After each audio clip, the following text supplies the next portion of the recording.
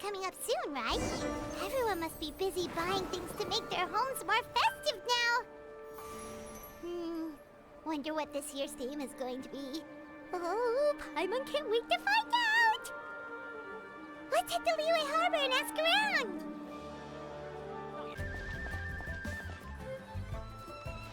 Kuching! And Charlotte! Paimon never thought she'd see you two together.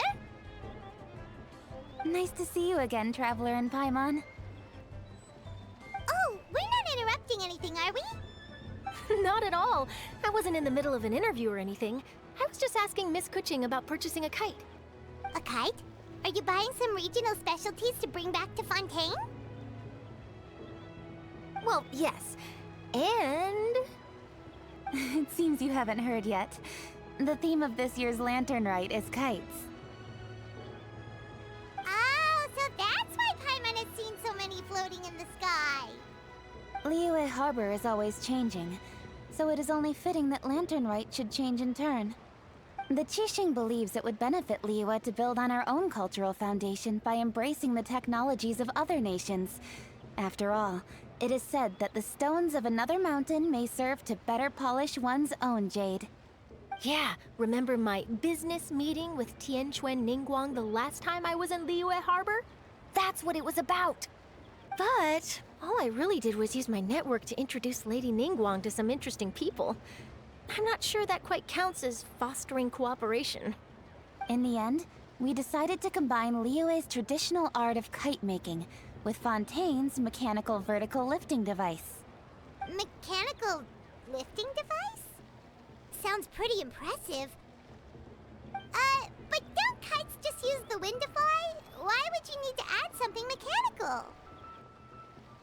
Well, you've actually just answered your own question, Paimon. How high and far a kite can fly depends as much on the weather conditions as on the skill of the person holding the string. But as soon as there's no wind, you can only flail about helplessly like a sweet flower medaka out of water. Experience doesn't matter at that point. Exactly. Liyue is now a nation ruled by humans after all. It's about time we had the power to make a kite fly, don't you think? Plus, the easier we can make it to enjoy, the more people will want to participate. Right? I also thought it was a novel idea. Plus, it shouldn't cost much to do. With Miss Charlotte's help, everything has gone smoothly. Our new mechanical kites are already available to purchase from a stall in the harbor. We're having trouble keeping up with demand. We also gave quite a bit of thought to the price. We didn't want it to be too much more expensive than a traditional kite. Cool! Turns out you two and Ningguang like playing with toys just as much as Paimon! Toys? They're not exactly toys. You see, Miss Kuching, that does seem to be everyone's first reaction. Although kites are one of our most time-honored cultural relics, outside of their use in certain ceremonies, I suppose they're considered playthings more than anything now. But to me, there's so much more than that. Think for a second about how remarkable it is that a flimsy paper kite attached to a string has the capacity to touch the sky. It is this slight piece of paper that also carries the weight of Liyue's cultural traditions. There's an old poem that goes, "O kite born of paper, flying true and sound, a lone traveler wanders, just waiting to be found."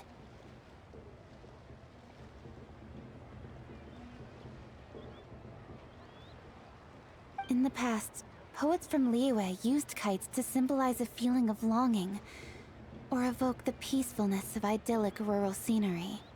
If the people of today can derive enjoyment from this activity, they will not only be more likely to better appreciate the tradition, but also to pass it down to the people of tomorrow.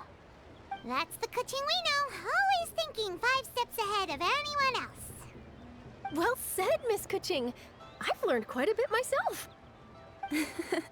As long as you're willing to listen, I'm happy to share. I also know quite a lot about the various folk traditions related to kites.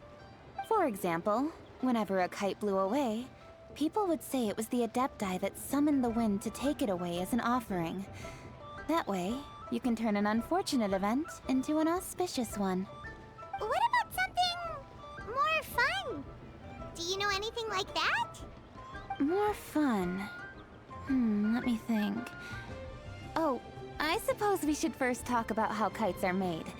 It's another one of our precious forms of traditional craftsmanship. My grandfather told me that back when he was a boy, children learned the art of kite making step by step from their elders. First, you use the thin strips of bamboo to construct the frame. Then, you draw a design of your choice on a piece of paper, paste it onto the frame, and tie on the string. Then, you look towards the sky and release the kite to soar among the clouds. Some people write down certain names or desires on their kites, cut the string, and let them fly free. Others may place particular thoughts or meaning into the design itself. Are certain designs associated with certain meanings? I'm gonna jot all of this down. Well, for example, kites in the shape of a butterfly typically symbolize freedom, happiness, or the desire to break free. Fascinating. What else can you tell me? The scissored-tailed swallow is the most classic design. It symbolizes good fortune and joyful tidings. Different colors also have small variations in meaning. Are these commonly understood meanings and symbols in Liyue? Kind of like the language of flowers in Fontaine. I believe so. Most have probably heard something about it from their elders at some point. If you're interested, Miss Charlotte, I have several books on the topic that I could lend you. They could be a useful reference. That would be a huge help! Great! Looks like I've got the outline for quite the article on my hands. Perfect! We're gonna take a look around. Then I'll show Miss Charlotte to my home for a little while. I almost forgot. The Ministry of Civil Affairs is hosting a kite flying contest on the night of Lantern Rite. If you're interested, you're more than welcome to bring a kite and participate. The rules are simple. Whoever flies their kite the highest and furthest within the time limit will receive a special honor along with a secret prize. I've already prepared more than enough empty film for the event. I can see the spectacle already.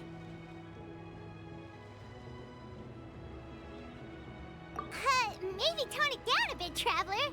What if we don't win? It's better to keep a low profile until the competition starts. Then, we'll give them a show they never saw coming. Oh, that secret prize is ours. Then I'll look forward to seeing your performance. You bet! See you then!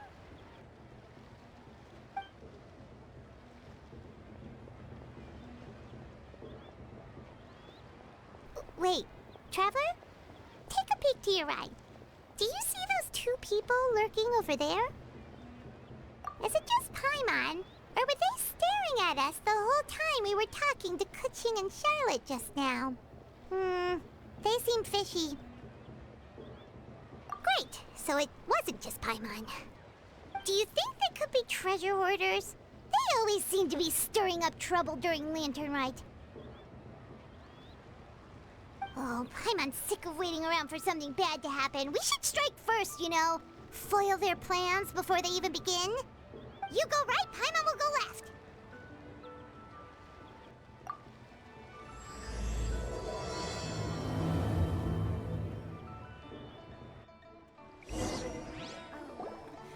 Welcome. Please take a seat.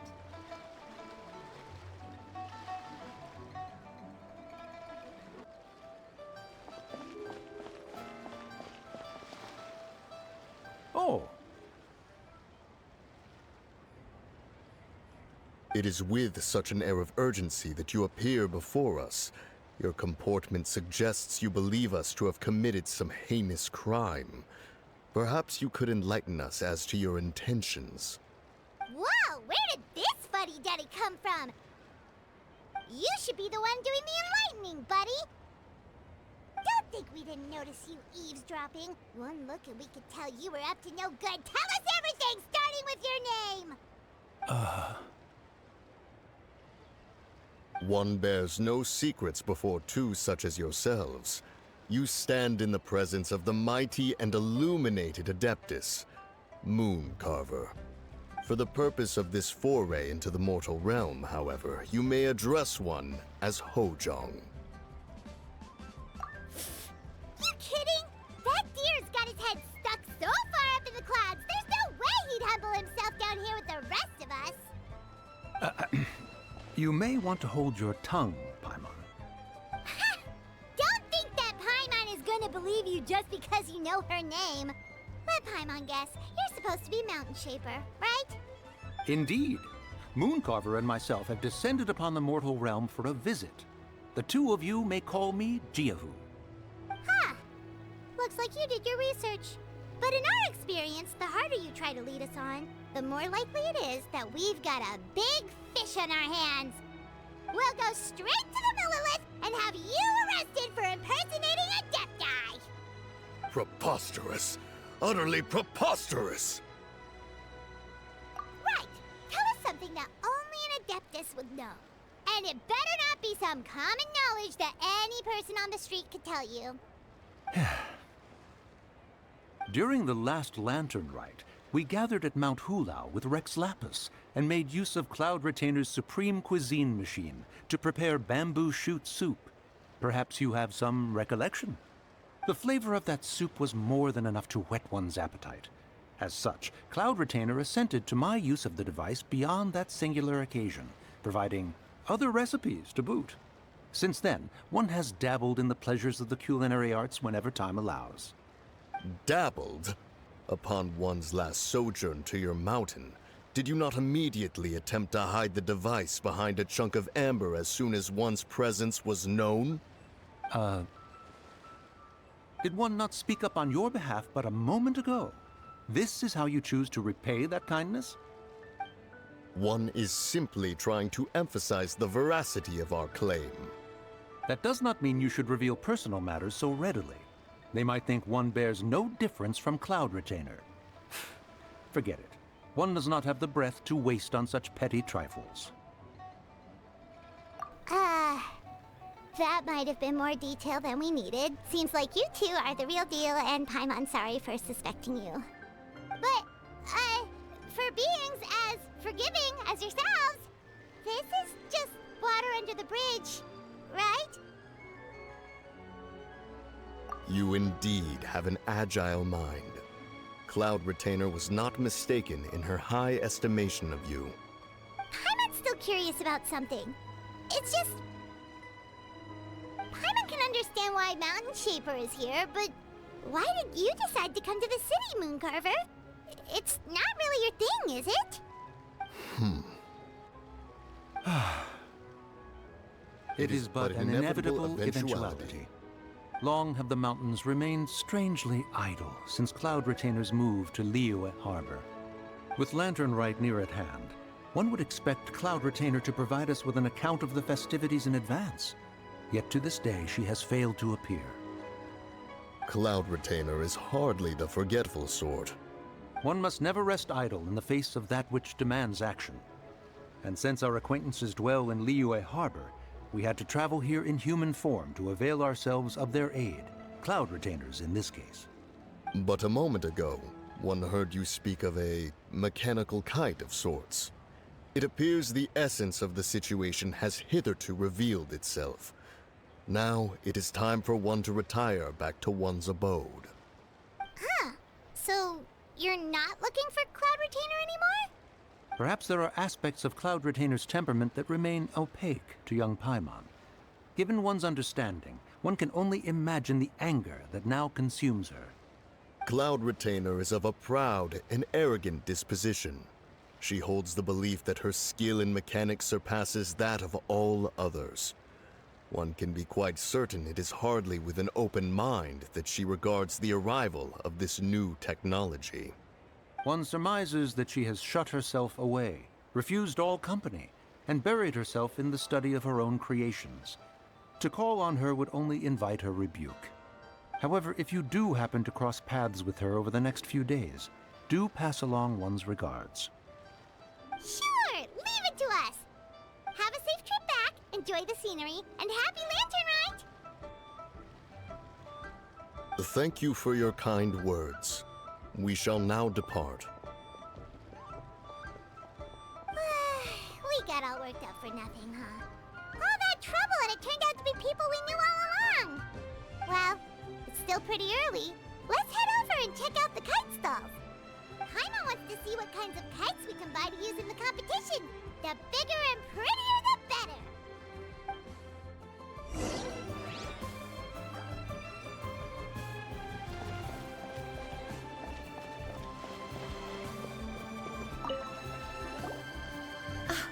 Welcome! Are the two of you looking to buy a kite? Would you like me to go over the different designs? Ooh! A scissor-tail swallow! And a butterfly! And...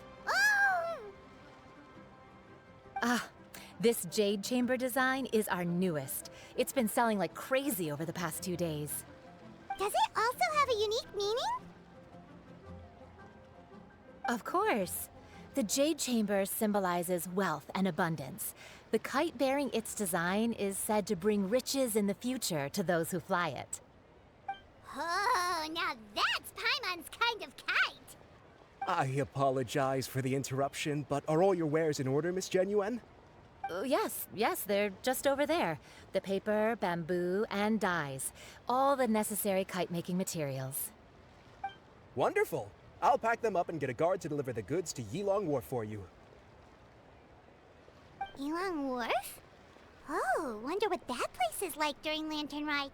Paimon would love to go take a look. Well, if the two of you are interested in going to Yilong Wharf, then could I trouble you to find Gaming and deliver these goods together? Is Gaming the guard you just mentioned? Well, yes. The communications office handles shipments and transports around Liyue. He works for the Secure Transport Agency, one of our sub-organizations. The problem is, many of my colleagues have taken leave during Lantern Rite to spend time with their families. So, our available workforce has seen a dramatic decrease recently. If you were willing to help out, then I could get a head start on my next appointment. You do seem really pressed for time. Oh, wonderful! You will, of course, be compensated for your efforts. Now, at this time of day, Gaming should be somewhere in the vicinity, but just follow the main road until you see the head of a Wushu dance costume. Should be on your right. Be sure to come back if you'd like to buy a kite. I'll even give you a discount.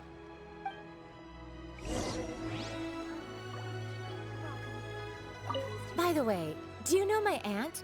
Everyone calls her Granny Shan. I've heard her mention Gaming before. Apparently he's a nice, outgoing fellow and all-around good guy.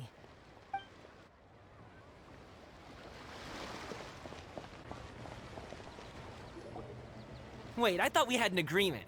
Loser buys dim sum tomorrow? Look at you. Scowl like that for much longer and your face might stay that way. Hey now, don't be upset. How about this? You extend the invitation, and I'll pay. No way, Gaming. You're always the one picking up the tab. I'm not trying to be a sore loser. I just didn't expect you to come from behind to win like that. That was nothing. All in a day's work, friend. Perfect! Gaming is here! Sorry to interrupt, Gaming. We just spoke to a guy from the communications office who needs you to deliver some goods to Yilong Wharf. Oh, that must have been Longzhou. Looks like I've got work. Gotta go. Sure, go do your thing. Let's have a rematch when you get back. I won't let you win so easily next time. Alrighty, you can hand the goods over to me. Must have been heavy hauling them all this way. Let me take them off your hands.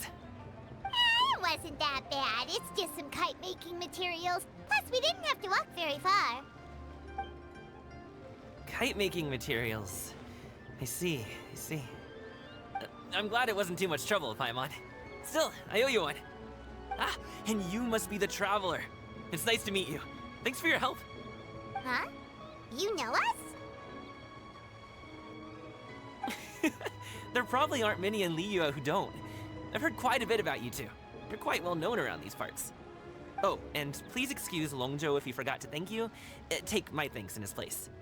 He's a good guy. He's just been super busy lately, running around from place to place. Don't be too hard on him, yeah? So, you here for Lantern Rite? Yep, it's always so lively this time of year. We were actually hoping we could tag along to Elong Wharf and have a look around. Perfect! We'll go together then. I'm good with directions, so just follow me. Trust me, I know my way around. We can exchange stories, tell jokes, or just chat along the way. Oh, and there are a couple of good places to eat along our route. We can stop and grab a bite when it's time.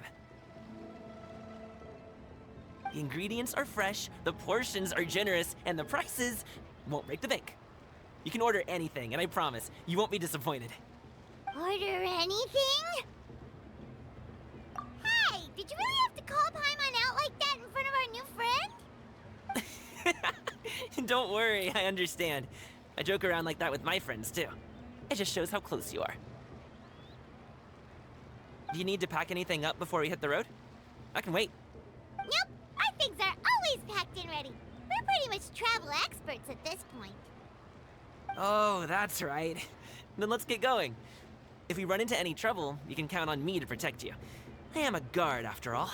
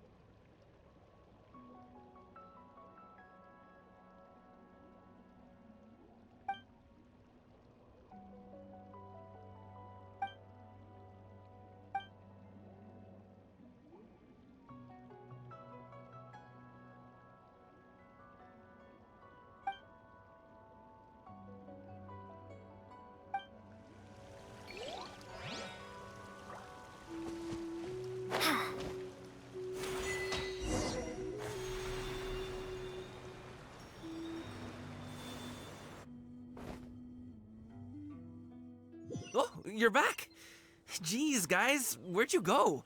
One moment you were there, the next you disappeared. You scared the life out of me. We're so sorry. We were just,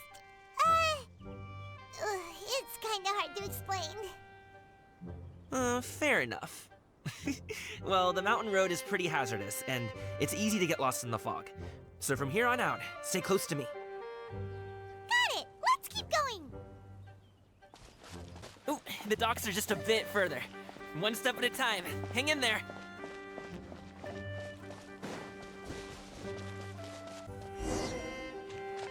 Wait, get behind me. I'll handle this.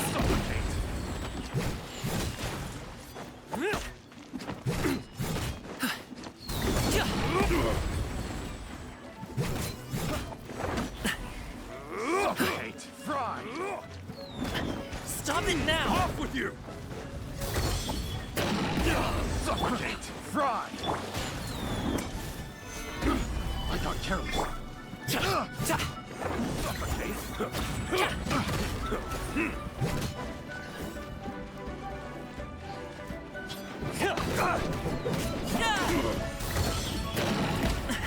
The feeling's mutual. I wasn't done. Suffocate. Have a little taste.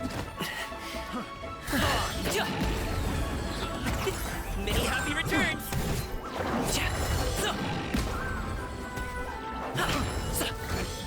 The wrong test subject. Turn my hammer. Another test subject.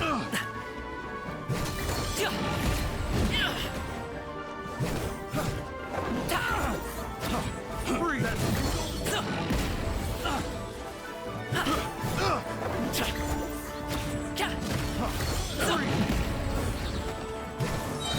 Up to it, Manzai. I got careless.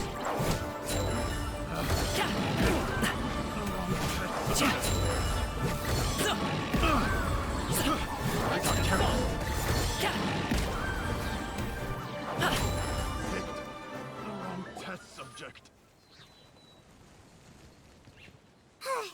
Seems like we really can't go anywhere without running into treasure hoarders, can we?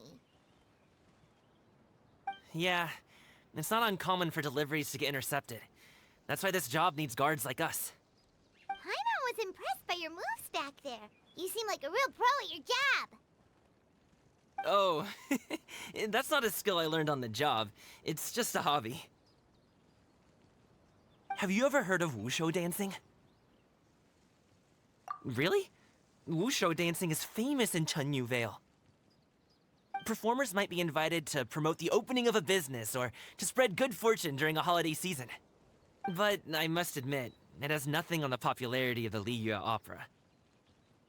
I'm also well aware that people in Liyue Harbor aren't exactly jumping at the chance to watch wushu dancing. So, it's not something I do full-time. Huh? You have 2 jobs? How do you have the energy to do all that? It's not that tiring.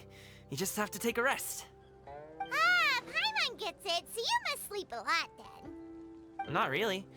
Just yesterday, I stayed up all night playing cards. Oh. Let's go. The docks are just up ahead.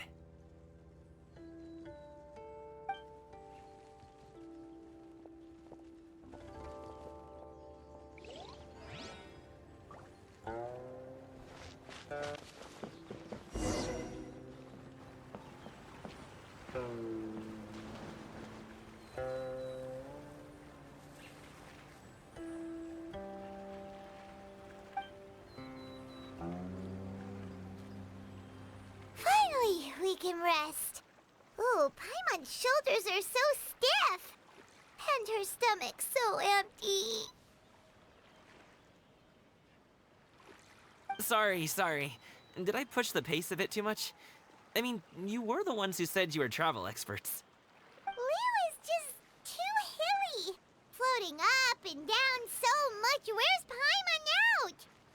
Oh, Paimon was finally satisfied and now her poor stomach's empty again.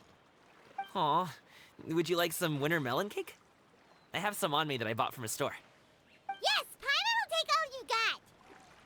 You might want to pace yourself there, or You'll be too full to eat a proper meal later. Paimon never gets too full. Just like you apparently never get tired, no matter how far you walk or how many jobs you work. Ah, I see. Then here you go, Paimon. And for you, traveler. Enjoy. And here's some for you too, Uncle Bosu. Don't think I forgot about you, my friend. I'll just set it to the side here for you.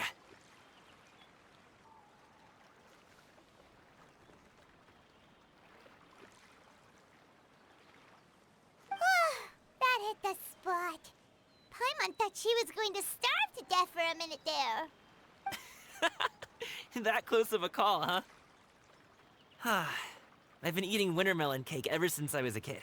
You can buy them from all sorts of places, whether it's a small vendor on the side of the road or a big restaurant in the city. But each place produces cakes with a slightly different flavor. If you like these ones, I can give you the address of the shop I bought them from. I'll just have to check when we get back. Oh, all my jabbering must be making it difficult for you to enjoy the scenery in peace, huh? Don't be afraid to tell me to zip it for a little while, okay? Really, I won't be offended. It's okay. Paimon is kind of enjoying listening to your chitter-chatter. Aw, a fed Paimon is a happy Paimon, huh? Hey, Paimon can be in a good mood anytime she wants.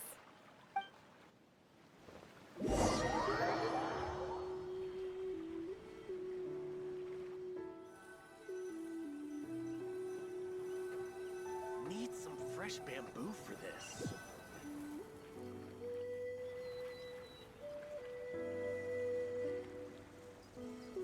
Woohoo! We're here! Don't forget your things, and watch your step as you get off the raft, or you're in for a swim. Thanks for the ride, Uncle Bosu. You take care of yourself now. I'll see you some other time. Okay, follow me. This way is fastest. We'll have to take the elevator up to the secure transport agency.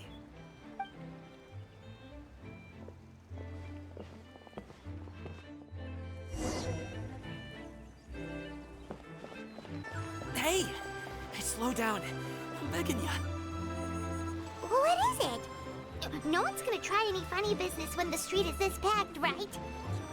Sure would be nice if we could stairs.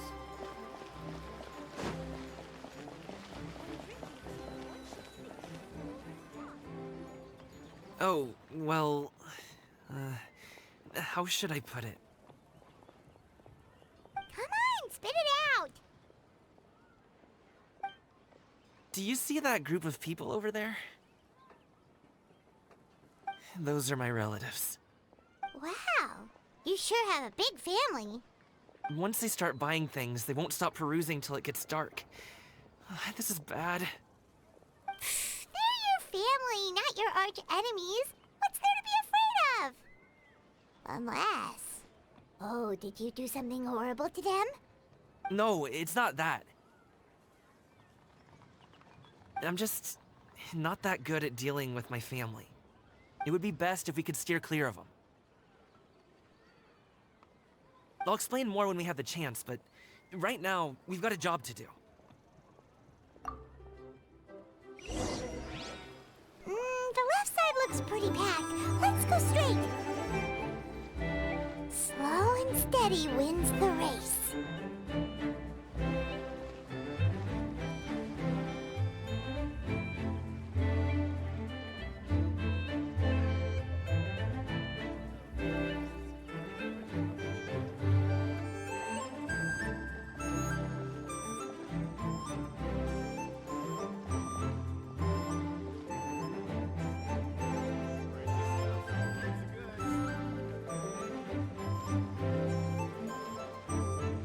Let's wait here for a second. Maybe my aunt will leave.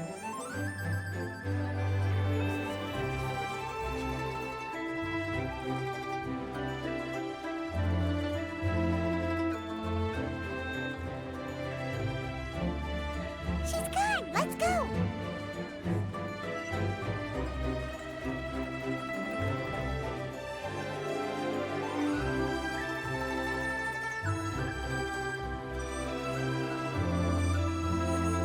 Turn left. Run!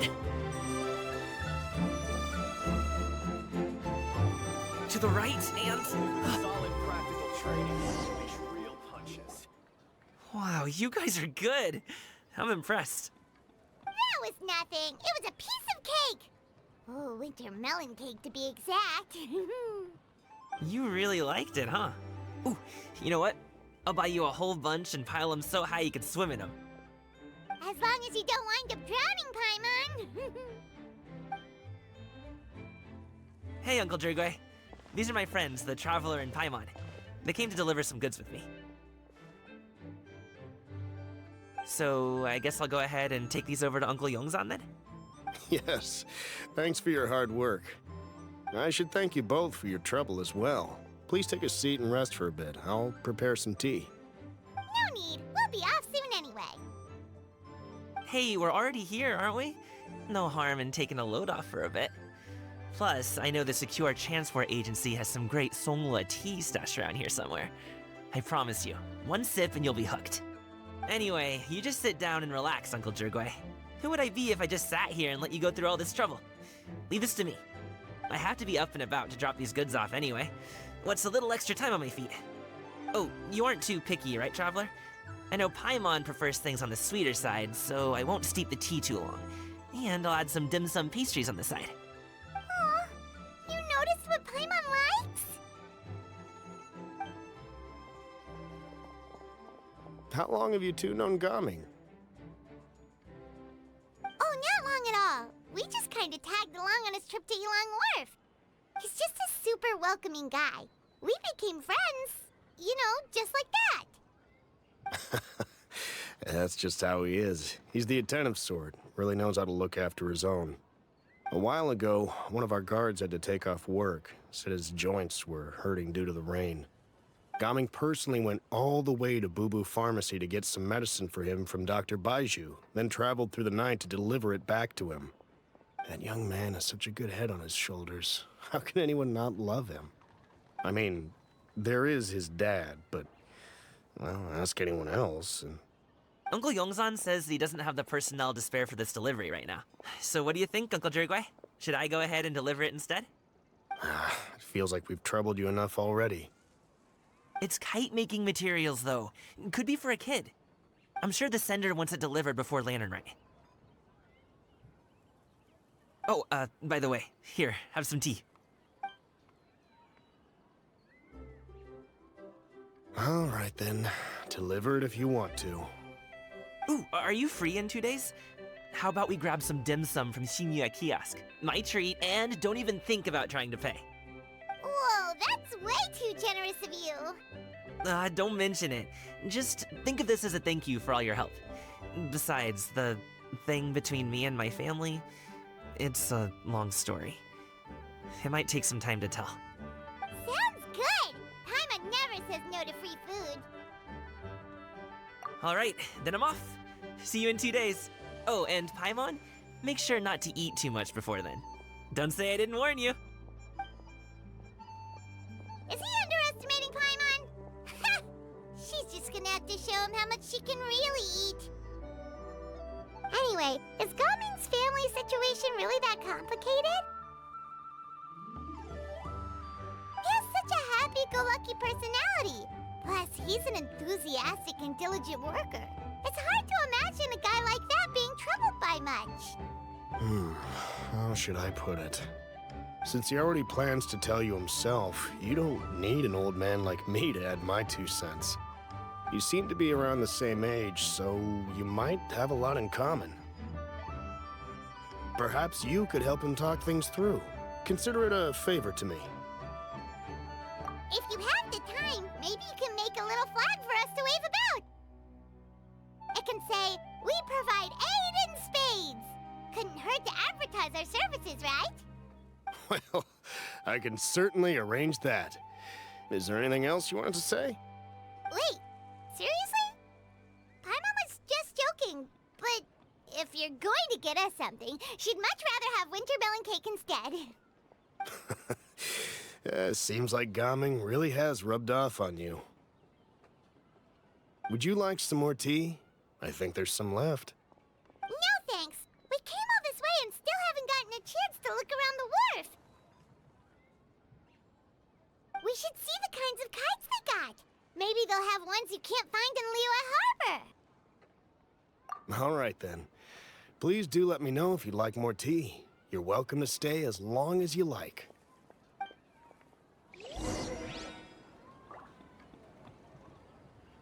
Gaming is a good kid. I just wish he could reconcile with his family. You're around the same age, so he might listen to you. Please talk things through with him.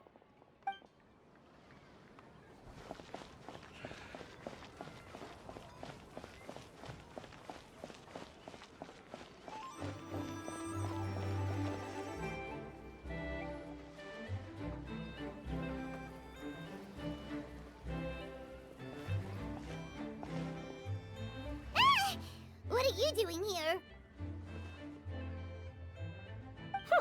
The way you speak, one might have presumed you were displeased to be in one's presence.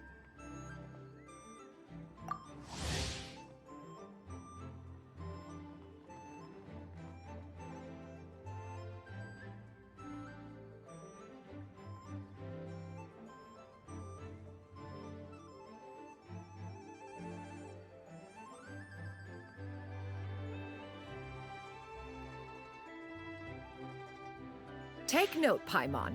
You could learn a thing or two about how to respect your elders. Ugh, starting on the elder stuff already, huh? Shouldn't you be back in your cave tinkering away at some kite-related thingamabob or something? What brings you out here? And what's with that huge box next to you? Ah! Paimon gets it. You're here to do some shopping, aren't you? And what of it? The Qixing's decision to integrate Fontanian technology into said kite-flying competition is of no consequence to oneself. Did you expect one to willfully compete against the whimsical trends of worldly sentiment, or perhaps even fall to petty sulking over such? It's not that we think those things exactly. That's just what Mountain Shaper and Mooncarver told us, or Tia something and Ho... Paimon can't be bothered to remember what their aliases were called.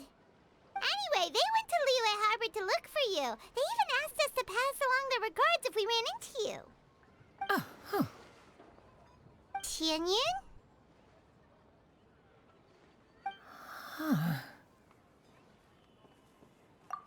It appears time has quite flown since one's arrival in Liyue Harbor. How could one have forgotten about those two old fossils? One shall have to bring them back some divine herbs to atone for this slight. Nay, given that one has ventured all this way to Yilong Wharf, tea would be more advisable. A great thought has illuminated one's mind once again. One is reminded that certain purchases have yet to be made. Perhaps you two could wait here whilst one performs this task. It'll be but a moment. Huh? Wait, here? You really just gonna ditch us here to watch your stuff?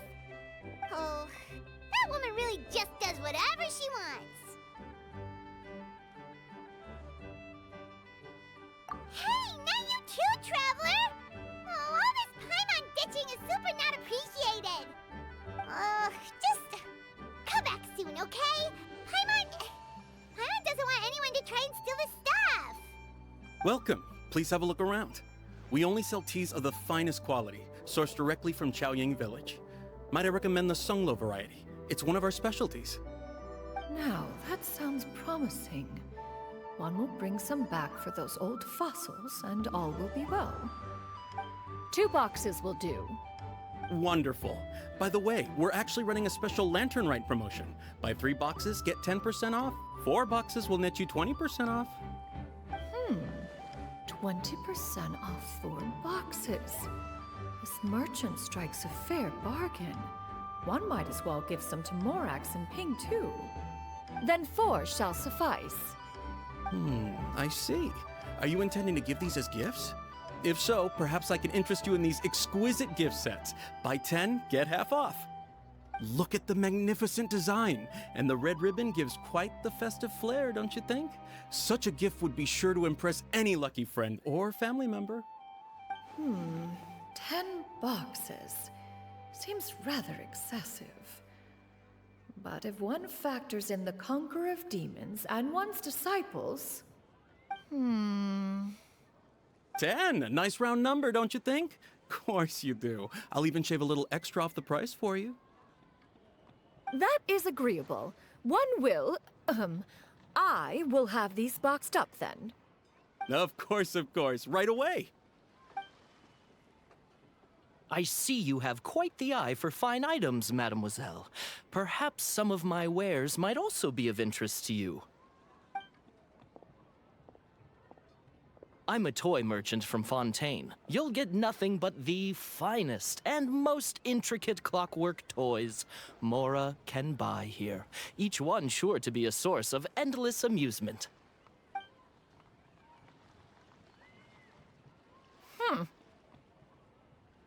Perhaps you could enlighten me then. When should said amusement be derived? Well, that is, of course, best understood by playing with them yourself. If you could wait just a moment, I can bring one out and give you a demonstration.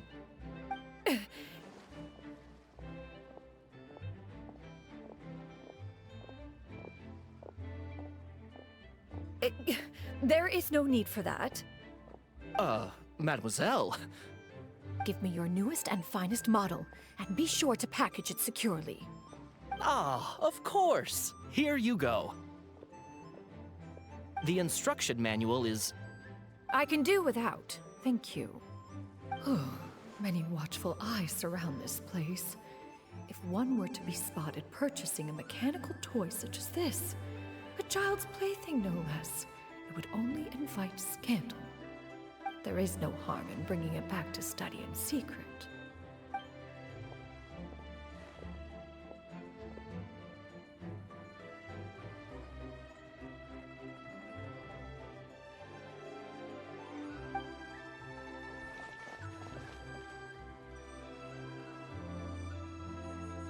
Oh, Xianyun, did your shopping go smoothly? Naturally. One may not delight in social interactions, but that does not mean one lacks said faculties.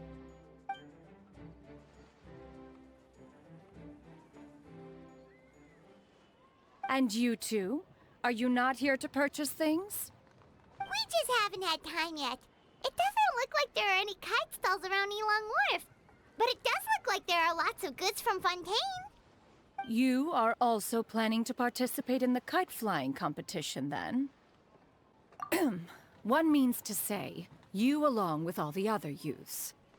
One has been entreated to share one's kite-making expertise, and indeed, there was little one could do about such persistent supplication. One moment energetic and earnest, and dejected the next. One had no choice but to acquiesce to these requests, and thus, one will be organizing a kite-making workshop to provide personal instruction in this art form. Oh, who will be participating then? Shuyu, Shenhe, Ganyu, and Yayo. Wow, that's quite a few people. Also, this is all pretty well, Xianyun, but it's not like you have to make your own kite to participate in the competition. You can just buy one ready-made and call it a day. Ha! You speak of those equipped with the mechanical lifting device, do you not? 'Tis nothing but a crude piece of mortal machinery. The mechanism that one has developed was the fruit of millennia of meticulous study. Let us not speak of the source of the mechanism's power, but rather its structure. It is composed of materials as light as bamboo and as strong as iron. This composition grants it the lightness of weight to ascend into the sky and the durability to follow the wind for many a mile. It is built with a series of intersecting rods that... Never mind. It is unlikely the two of you will understand, even should one expend the effort to explain. One is better off saving one's breath. It sure seems like you want to talk about it, though. So, will you be attending the workshop or not? Huh? Wait, you've been trying to invite us this entire time? All right then. No need to prepare the materials in any case. One has it all sorted. Arrive at Mount Outsong in 2 days. I shall be expecting you around midday. Are you leaving? Don't you want a guard to help you with that big box of yours? Surely you jest. One goes as one pleases. For what reason would one need to rely on another?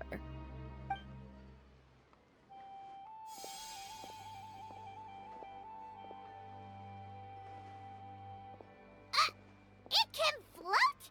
What kind of invention is that? One calls it the floating toting device.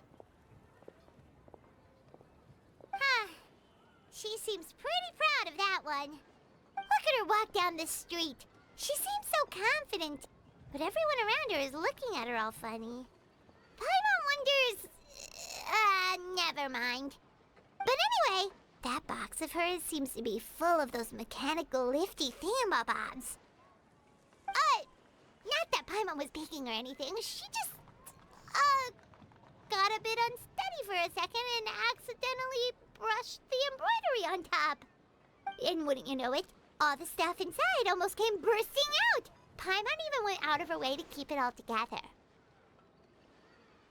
All Paimon say is that Shenyun sure does try hard to save face. What did she call it again? A crude piece of mortal machinery?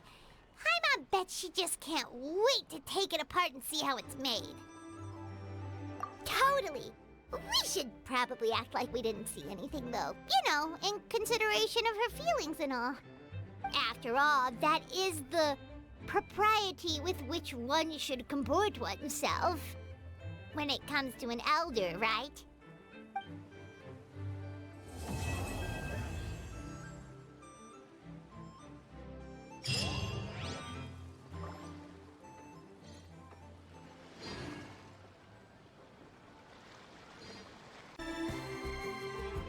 Paimon has never had dim sum at Shinue Kiosk before, but it should be quite the feast for sure.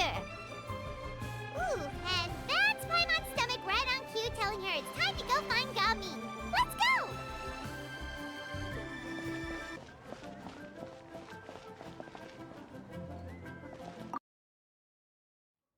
Oh, you're here early.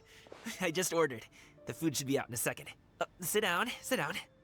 Let's all take a seat! Here, hand me your cups. Oh, thank you! Wait, you weren't supposed to drink that, Paimon. That was for you to rinse your utensils. That's a thing?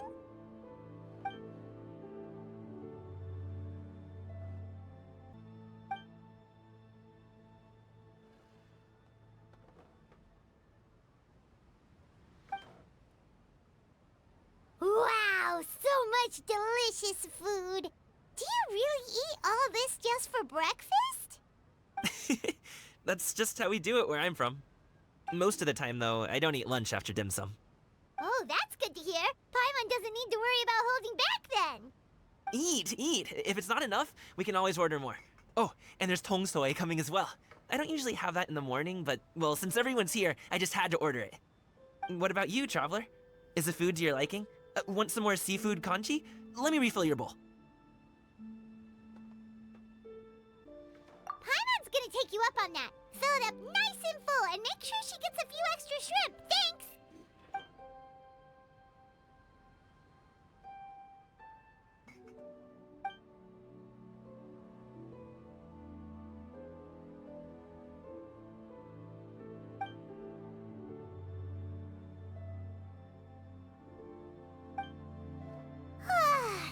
So full.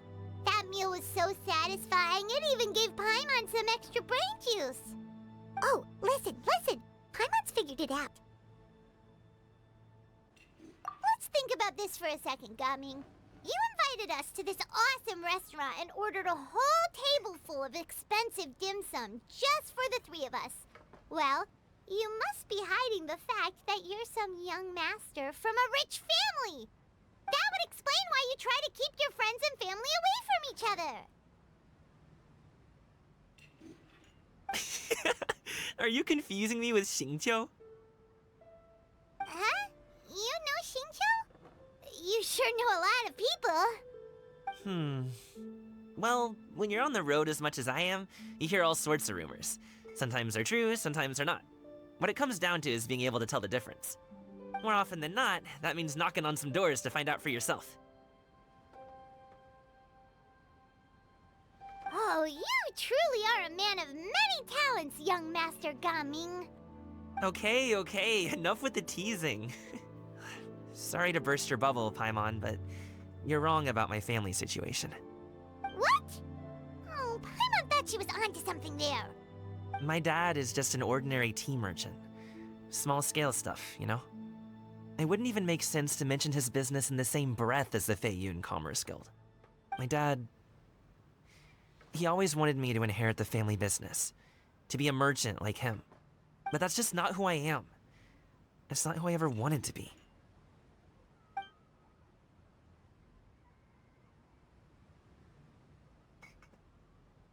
Have you ever talked to him about it? You know, about your interests and aspirations and stuff. Of course I have. I told him I wanted to be a wushu dancer. That I wanted all of Tevat to see what I could do. According to my dad, though, that wasn't a real job. Just a child's pipe dream. Oh, that's terrible. I'm sure he thought I would come around eventually, but wushu dancing has always been the only thing I wanted to do. One day, he tried to get me to visit some other tea merchants to start building the right relationships, but I refused to go. We got into a huge fight. We were this close to throwing hands. In the end, I was so angry that I ran away from home. I haven't been back since. Don't get on my case just yet, okay? It's not like I think I'm completely without fault. No, I know that it wasn't the right way to go about things. But my dad's stubborn. No matter how hard I tried to convince him, it just went in one ear and out the other. There was no changing his mind. I knew talking would only get me so far, but if I made it big in Liyue Harbor, the results could speak for themselves. Gaming. But I'm sure you both already know how that's going. Wushu dancing's just not that big in Liyue Harbor. In the past, I would go door to door from store to store, asking if they would be interested in hiring a performer. Most times, I wound up eating nothing but humble pie. And you can't just rely on dreams to put food on the table, right? So, I found a job as a guard to make some money. And now I have enough to get by and then some. Still, change takes time. Gotta take it slow, you know? Paimon understands. Okay, enough of all that serious talk. Our tea's getting cold. Ooh, let's do something fun this afternoon. What do you say, huh? I'll organize. Actually, we kinda already have plans this afternoon. We told Xianyun that we would go to her kite-making workshop. Oh? Are you interested in kite-making, Gaming? Oh, no. It's just that I happen to know Auntie Xianyun. That title certainly humanizes her a bit. Oh, I know that she's an Adeptus. I met her during a delivery once. But hasn't she been in the city lately? She's even tried, with some limited success, to change her terms of self-address or something like that. She came to see me a few days ago to ask about luminescent dyes. Oh, wait a second. She doesn't plan on putting those on a kite, does she? Is that not something you can do? It's one thing to use it on cloth, but applying it to paper is another matter entirely. Why couldn't she tell me what she wanted them for? Yeah, she does seem to have trouble with that sometimes. It would be such a shame if everyone worked so hard on their kites only for them to get ruined in the end. Okay, I'll go with you. If Auntie Xianyun wants to use those dyes on a kite, the formula will need to be changed. Great! The more the merrier!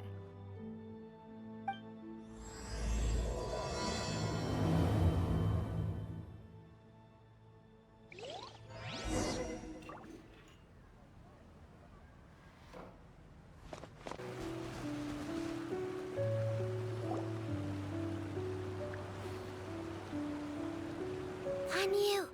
Ganyu! Come on, wake up! Some friends have arrived! Hello, friends.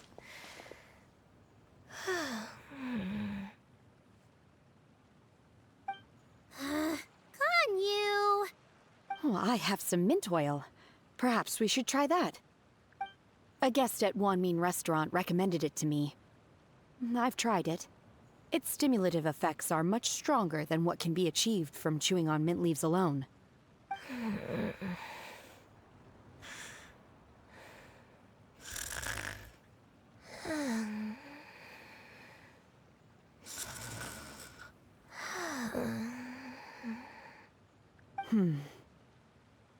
Apologies in advance. Wait! Shenhe! Not there!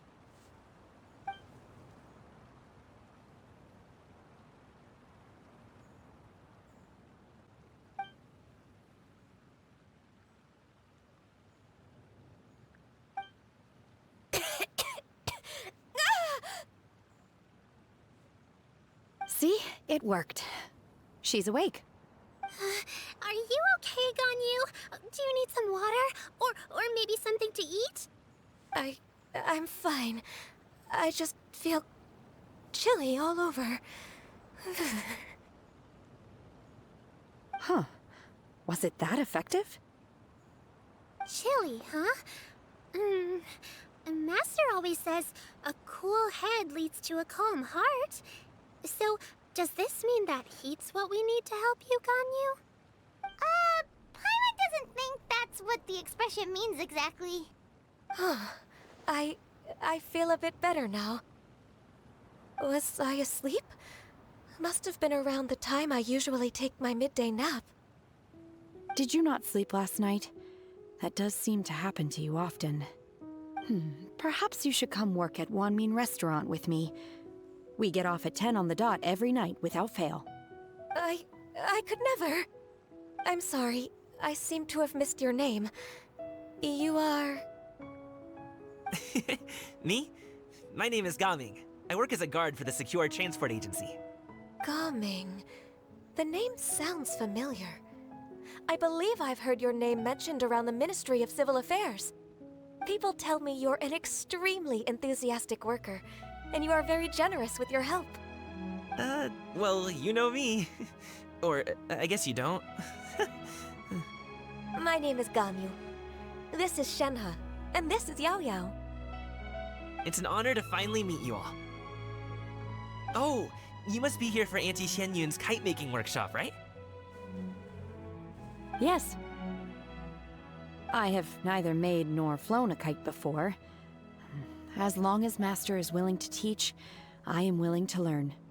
Me too! I want to participate in the kite flying competition with my best friend! Plus, it's more meaningful if you make the kite yourself, right? Your best friend didn't come with you? Well, Chi-Chi's been super busy helping Dr. Baizhu lately. I'll meet up with her later and give her a huge surprise. Oh, I also brought bandages and ointment with me today. It's easy to cut yourself when working with bamboo, so I thought I should come prepared. Wow, you're really thoughtful. As for myself, I'm afraid I lack some of my companion's enthusiasm. I was originally planning to buy a ready-made kite and just enjoy the festive city atmosphere with everyone. But Cloud Retainer is always going out of her way to look after her juniors, wanting us to have the best there is. She always puts us before herself. Huh. It was so thoughtful of her to arrange this workshop, so I simply couldn't let such consideration go to waste. My motivation for being here might be a little different, yes, but I'm ready to put in just as much effort as everyone else. Well, we're all here, but where the heck is Xianyun? Shouldn't she be here by now? Who is it that speaks of oneself in such an ill-tempered tone? Oh, come on! You clearly heard Paimon! Master stopped to buy grilled tigerfish to share with everyone. Come get it while it's still warm. Oh, Paimon, sorry, Miss Illuminated Bird! Paimon always knew you were the smartest, coolest, and prettiest Adeptus. someone as wonderful as you is sure to have brought enough for Paimon as well, right?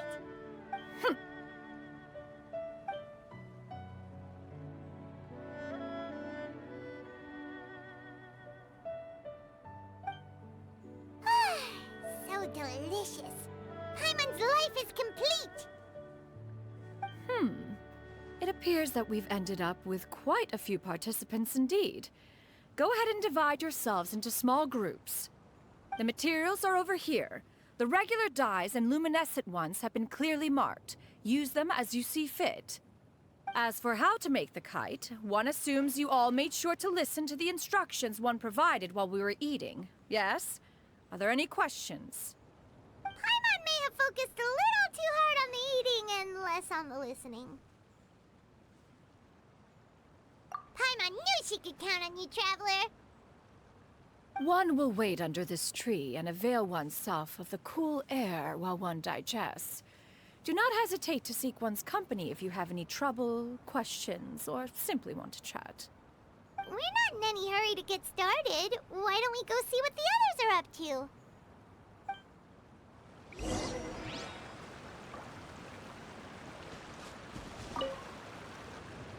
Hey, Gaming!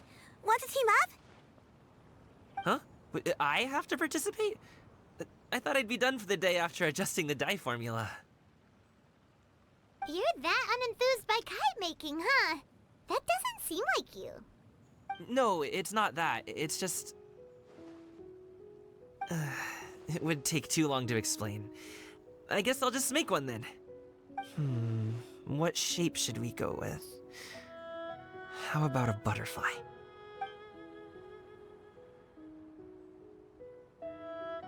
What do you think, Shuyu? Is there a particular design you want? I want a swanee! That might be a little hard to pull off. True, but I still want to try. They're super cute. Okay, it's decided then.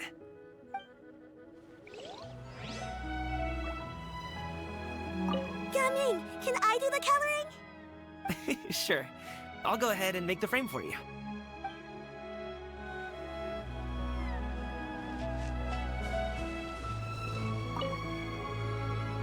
Auntie Cloud Retainer, look! Am I doing it right? Very good. Your frame is nice and sturdy. This design, is it a finch? Yep.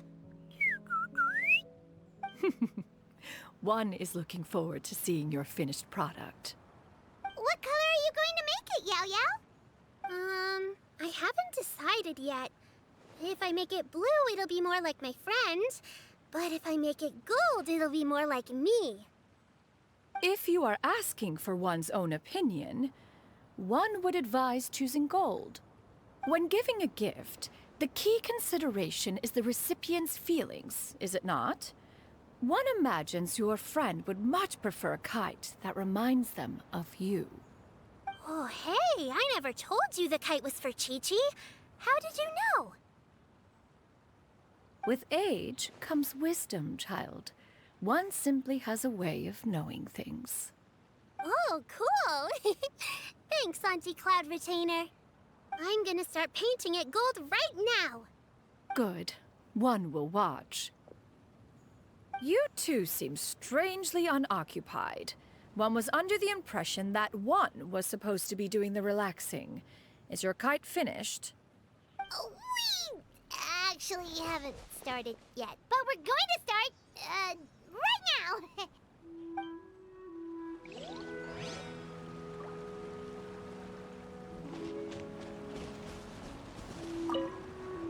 Once I get better at making kites, I'm going to make one shaped like Uruguay.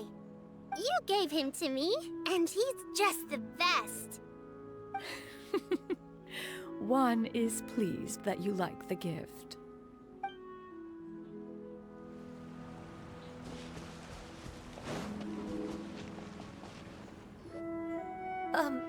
Shenhe, it would be great if you could refrain from putting things on my horns from now on. They're really quite sensitive. I see. My apologies. I shall remember that in the future. Thank you. No harm done. Good.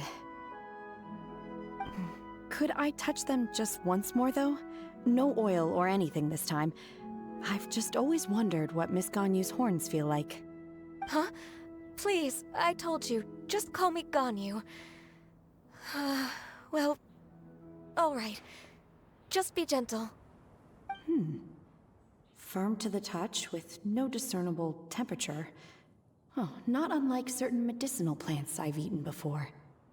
Still, Ganyu appears to be shaking like a cat whose whiskers have just been touched. I should stop. I see. Then I'll apply the oil to your forehead next time. Oh, no need. I'll just refrain from taking afternoon naps outdoors. Anyway, we should probably get started on our kite.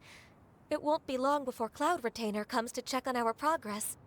Perhaps we should just choose the most traditional style. Okay.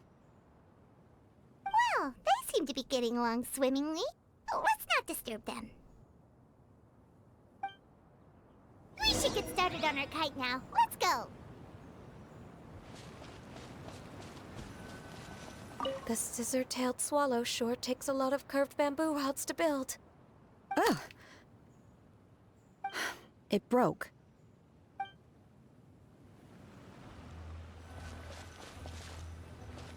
First, we have to decide on the shape. Hey, what are you laughing at?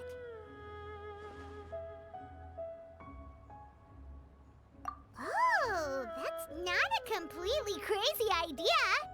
If nothing else, a Paimon-shaped kite could at least make sure you never get lost on your travels and always find the tastiest food and funnest things to do wherever you go. Maybe we're not exercising enough artistic license. Ooh, we should exaggerate this a bit. How about this? The word Paimon means the guardian angel of travelers.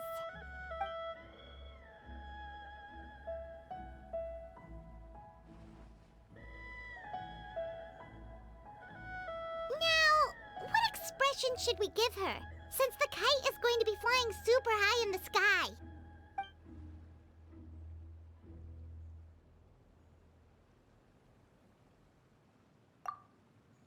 Ooh, like this? Ooh!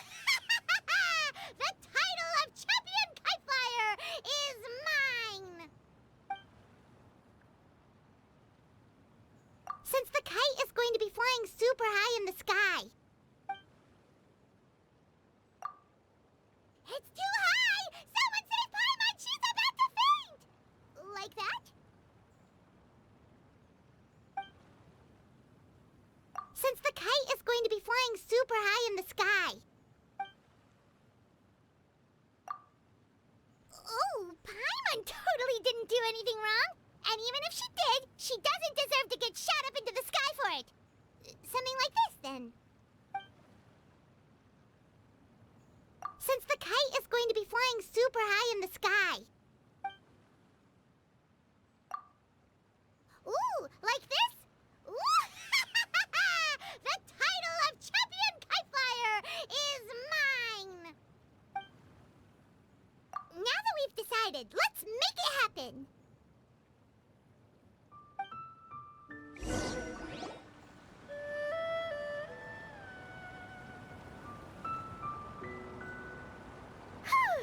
It's done! Paimon has to say, Kai Paimon might even rival real Paimon in terms of cuteness. Now we just have to attach the string, right? All right, gather around, everyone. Oh, Shenyun's calling us!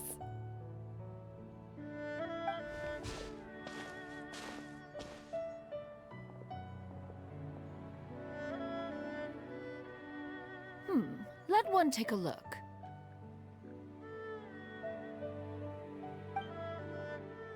Wow!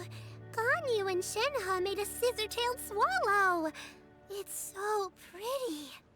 Yep. The coloring makes it look a lot like Master. If the tail wasn't split in two like that, it might even be a spitting image. If you look closely, there are a few spots where the colors go outside the I did the painting.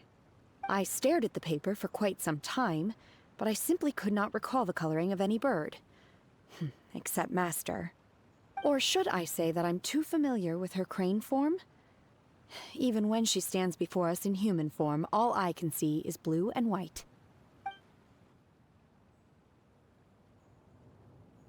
Oh, well, now that you mention it, Paimon can see it too. Exactly. So I simply closed my eyes and painted from memory. No way. You can paint with your eyes closed? Wow, the disciples of Adepti really are something. You are most filial, Shenhe. One is flattered by the likeness.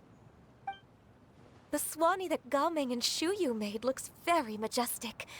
I'm sure it'll look even more impressive as it soars through the sky. The eyes and ears glow in the dark, so you're sure to see it at night. Your golden finch is cute too, Yao Yao. It's all thanks to Auntie Cloud Retainer's guidance. What about your kite, Traveler? Ta-da! Here it is! Its self-important countenance bears a striking resemblance to that of its namesake. It makes her look like she's already won the competition. Well, that's gonna happen one way or another.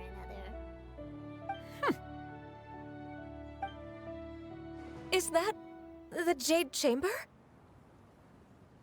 Oh?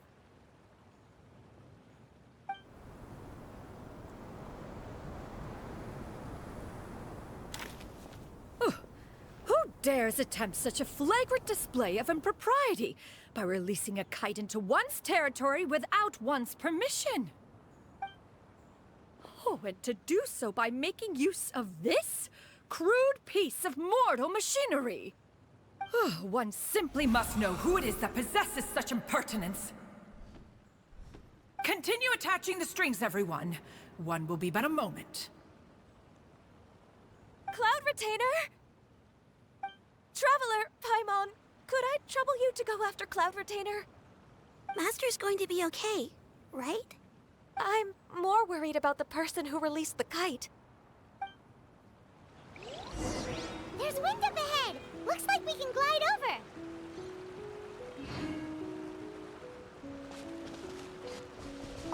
Now for the string. I hope the person who released the kite is going to be okay.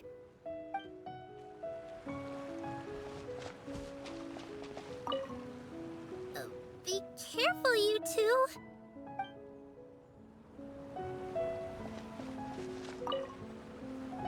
Master is not without her principles. We need not worry too much.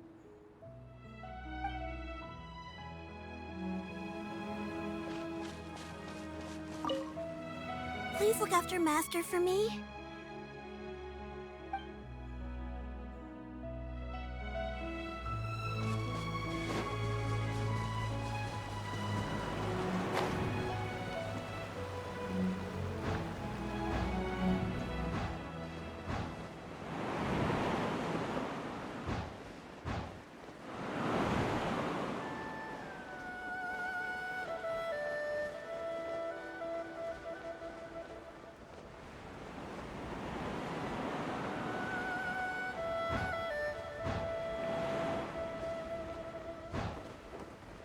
It's right there!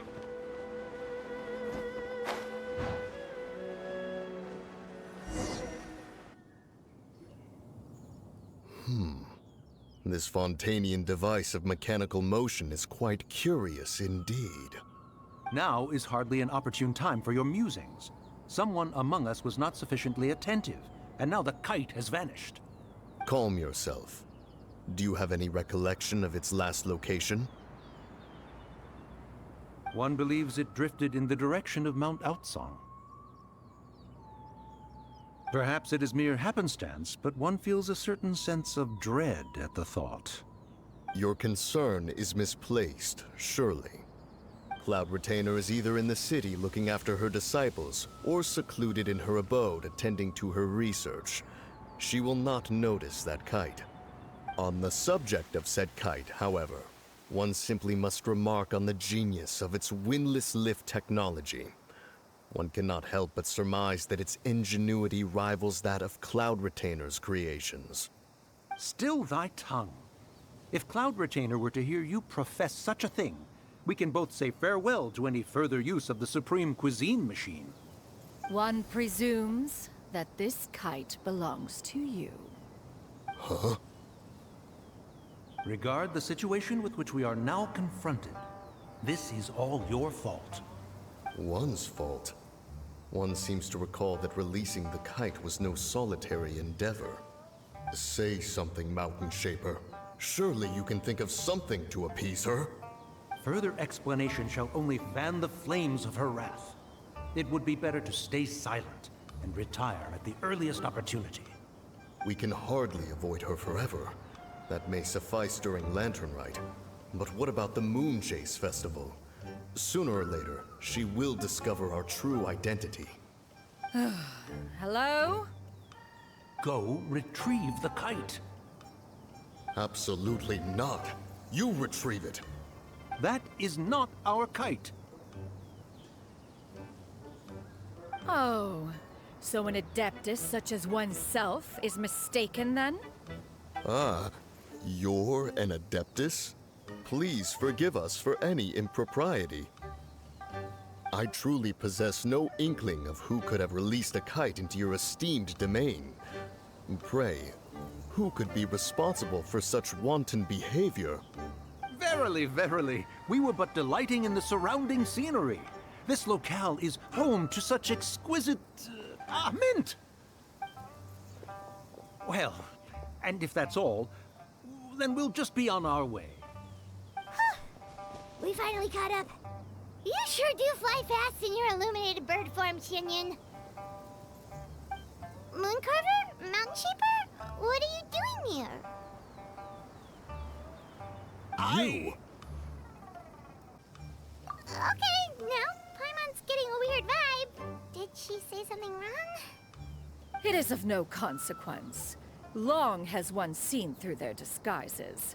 One was simply curious as to how long they would keep up the act. Then you are not angry? How could one feel anger at the sight of two old friends enjoying themselves? One is also well aware of how enticing these city novelties can be. We were simply consumed by a fit of festive spirit. Seldom do we get the opportunity to partake in the delights of the times. However, we are far from being as adept as you in matters that require a deftness of hand. No worthy kite could be born of our own making. Thus, we could only take the convenient route, so to speak. Your prowess in mechanics is unparalleled, Cloud Retainer. You wield the wind and waves themselves. Your singular talent stands unmatched across the land. Of this, we are well aware.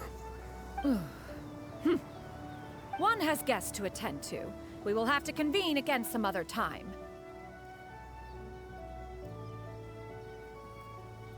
Traveler, Paimon, do try to keep up. We're leaving already? All this flying from place to place is wearing Paimon out.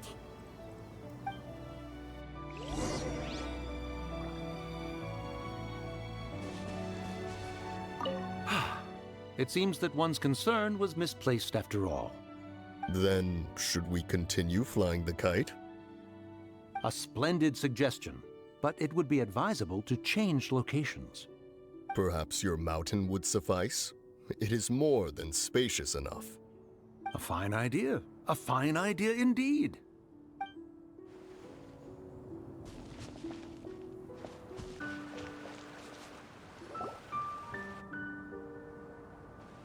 They're back.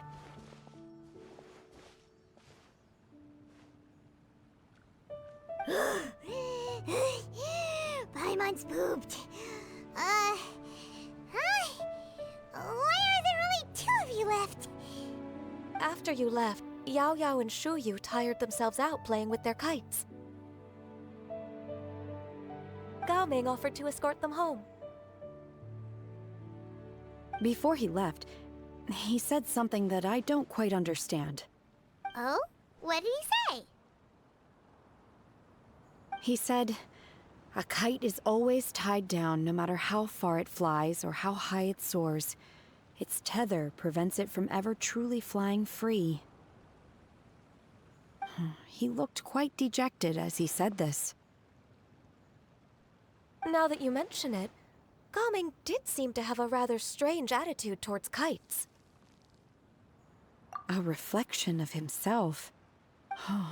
If I were a kite, I would cherish that tether as a symbol of kinship and the bonds that tie us and... Shenhe? It may be an exceedingly slim and distant connection, but lose it, and you lose that which links you to home. If Gaming truly sees a kite as a reflection of himself, then I fear I understand his words even less. Well, people often have different points of view depending on their mindset and experiences, right? It's actually quite normal. Just like some people can eat spicy food, but others won't go anywhere near it? Exactly. That's why tolerance and understanding are as important as they are. Tolerance and understanding? What brought about this conversation? Did one miss something? We were just chatting. You don't have to butt in on every little thing, you know. Where were you anyway? One was merely doing a bit of cooking. Night fast approaches. If you are otherwise unoccupied, one would entreat you to stay and eat before you depart. Oh, it's been so long since I've had the chance to enjoy your cooking, Cloud Retainer.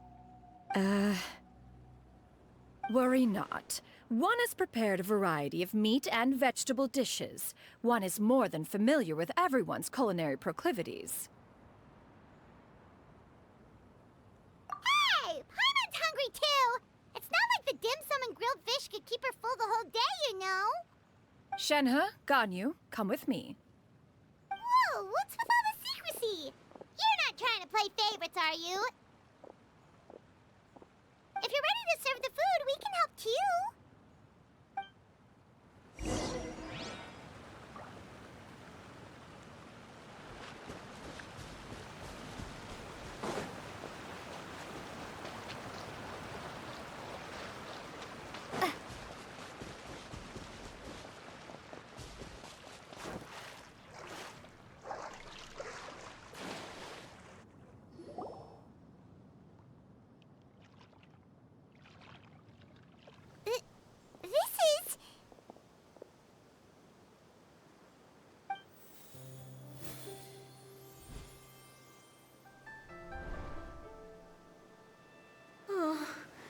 I can feel the wind brushing against my legs.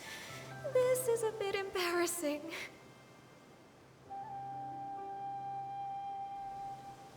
Is the headpiece secure? I should have asked Cloud Retainer to check before I stepped outside.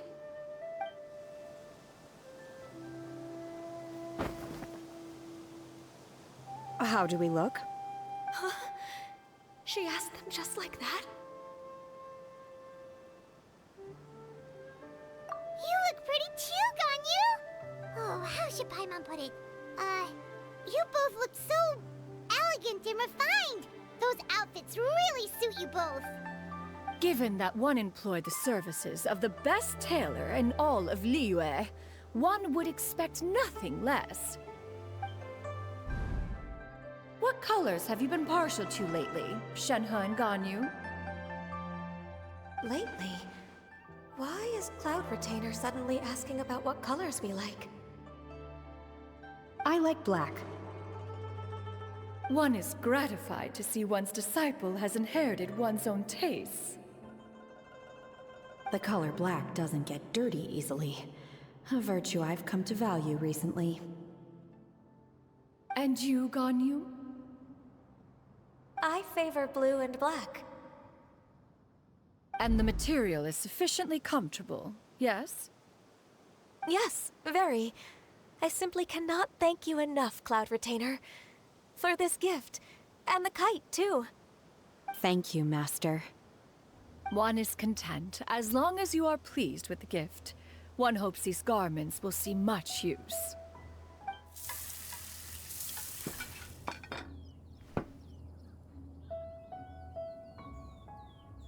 Seems like your supreme cuisine machine is just getting better and better, Xinyun! This golden crab's particularly good. The shell's deliciously crunchy, and the meat inside is so succulent and sweet! Paimon can't stop eating. It's a good thing Gaming isn't here, or Paimon would have to duel him for the food. You know, with chopsticks. He traveled all this way on account of the kite-making workshop, and he spent the whole afternoon looking after Shuyu. One was hoping to treat him to a meal.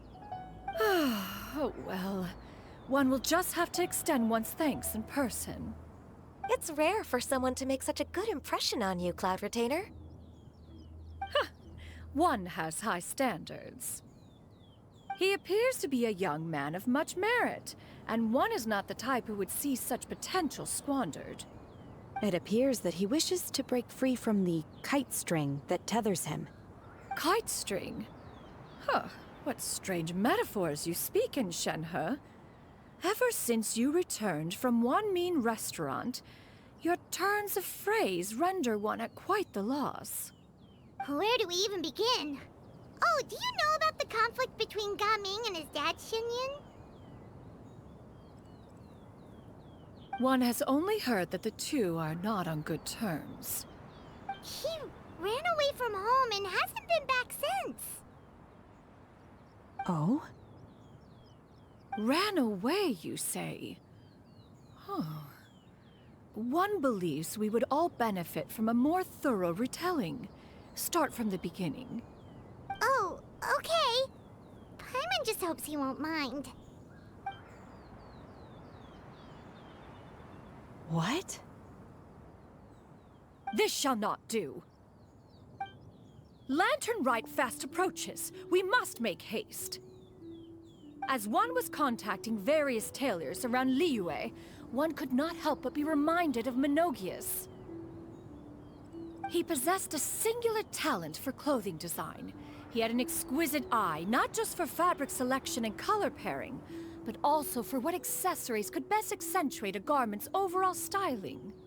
At a gathering of Adepti, Bonanis once complained in secret to some of the ladies in attendance that the skirt Menogias made for her was too long and impractical, lamenting that it would only hinder her in battle. However, when one asked Menogias his opinion, he remarked that the train of the skirt would serve to enhance her adeptal countenance by exemplifying a certain elegance. Menogias was that type of person. When it came to topics relating to garments and accessories, not even Rex Lapis could best his stubbornness. And later... one seems to have strayed off topic. One means to say that Lantern Rite should be a day of reunion. It is a time to address problems before they turn into regrets. Fate is fickle. The cruel reality of this world is that suffering and misfortune can befall any of us without design or reason. If there is a chance for young people to remain insulated from this reality, one should do one's utmost to make it so. That's nice and all, but... Do you have any ideas, Cloud Retainer? Perhaps adeptal arts could be of use. No. Mechanics, perhaps. One fails to see its use in a situation such as this. Is there anything I can do to help? Combining our efforts is a fine idea indeed. Aha! One has an idea. How about this? Does that make sense to everyone? Yep. Oh, Paimon really hopes this works. One's designs never fail. Now then, I counsel rest for all, and to make the necessary preparations. One shall see you in 2 days.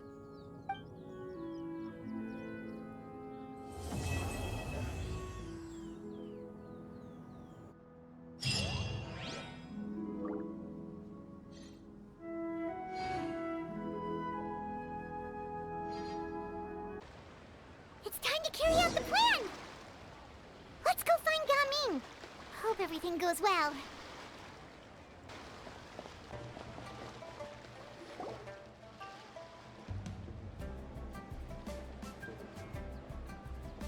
Hi, Gaming! Paimon sees you've certainly gotten an early start this morning. Playing games already, are we? Who won this time? You the one buying dim sum again?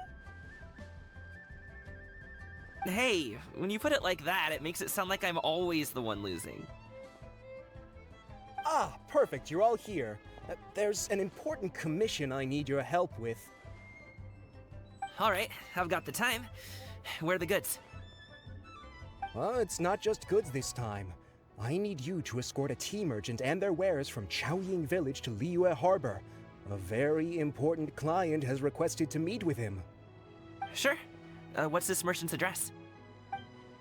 Well, here.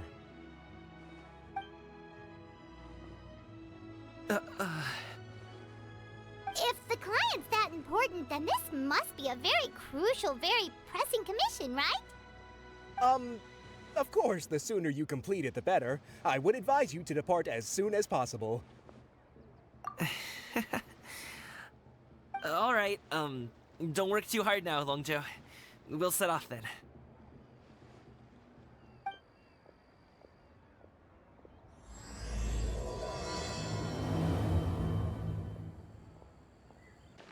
You're a bit quiet today, Gaming. Oh, do you want Paimon to tell a story? We're almost there. I'll take a rain check on that. Hello, you must be the tea merchant heading to Liyue Harbor. We're here to escort you.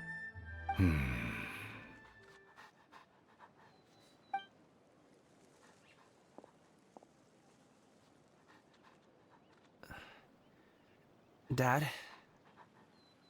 Oh, so you're Gaming's father. It's nice to meet you. Just leave this delivery to him. Trust Paimon, he's got this in the bag. Gaming is super good at what he does. Everyone at the Secure Transport Agency says as much. Even the Ministry of Civil Affairs has nothing but good things to say about him.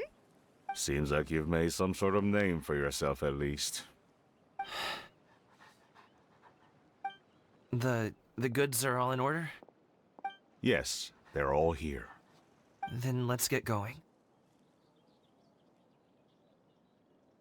A very important client has asked for you by name. You kinda have to come with us. Paimon doesn't know how we would explain ourselves if you just didn't show up.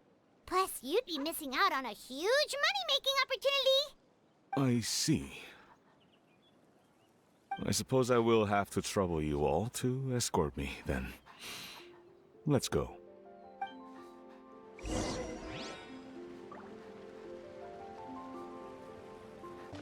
We've been walking for so long.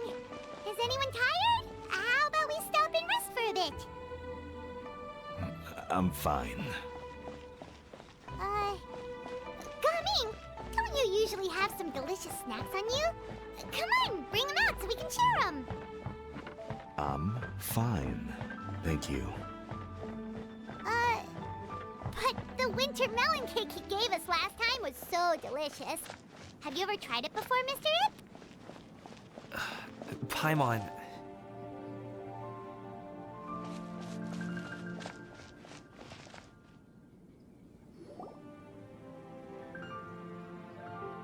This place looks nice and open.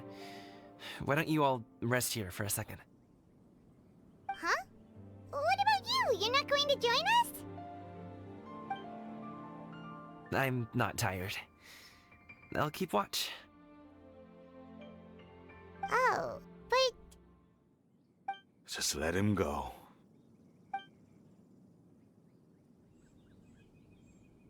Okay, we'll just share amongst ourselves then.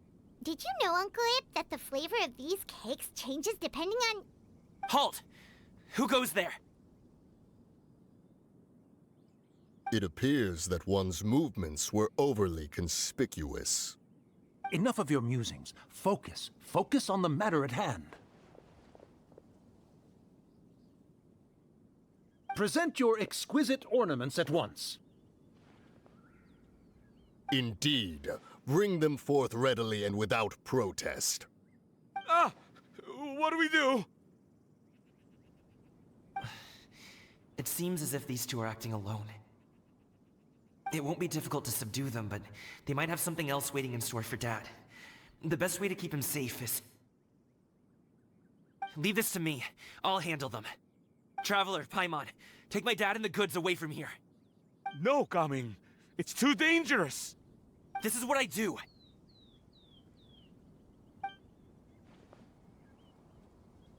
A thorny foe indeed. Let us depart and seek a target softer in blows and disposition. Don't think I'm gonna let you off so easily. Away! Let us away! Coming! Don't worry, he's a great fighter. Paimon's even seen him take down a dozen or so treasure hoarders all by himself. But Coming, If he had just stayed by my side and learned the family trade, he wouldn't have to put himself in such dangerous situations. We just have to trust him. Let's go on ahead. We'd best get away from here, in case there are other bandits in the area waiting in ambush. All is going to plan.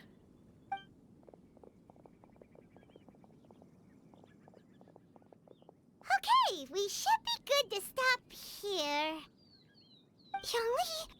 Oh no, what is he doing here? Good sir, please, listen to me. Reel in your line and leave this place as quickly as you can. There are bandits in the area.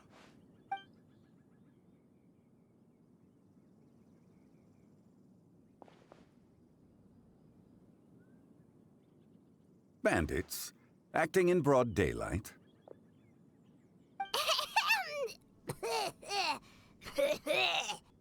Oh.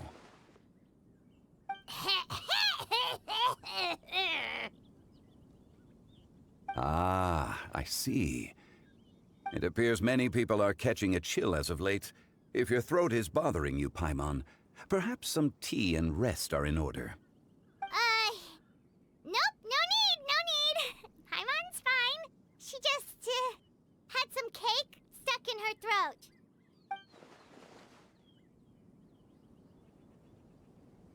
If there are indeed bandits in the area, then we should inform the Millelith at once. Oh? Well, if that's the case, such matters are best left to those with the necessary expertise, wouldn't you agree? I suppose you're right. If ordinary people like us got involved, we would only cause more trouble.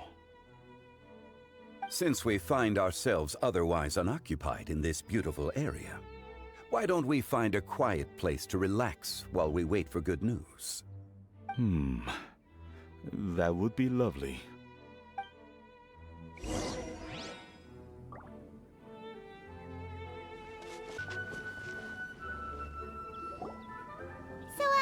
Uncle Ip does have a reason to be worried. After all, Gaming, the guard we mentioned, is his son. Gaming. The name sounds somewhat familiar. Ah, yes. That is the name of the Usho dancer who has been performing around Liyue Harbor recently, is it not? Oh, have you seen him perform? Indeed. I cannot help but admire his skill. He truly encapsulates the spirit of the Suani. Usho dancing has become more well known in Liyue Harbor recently. However, although performers are seeing budding success, they have no doubt had to face many hurdles along the way. One's not so easily understood by spectators such as ourselves. If you ask me, what truly deserves admiration is perseverance in the face of adversity. That is a rare attribute indeed. I have heard many of my acquaintances praise Gaming for his kind, selfless, and courageous disposition. To have a child so accomplished and upright, you must be a very proud parent indeed, Uncle Ip.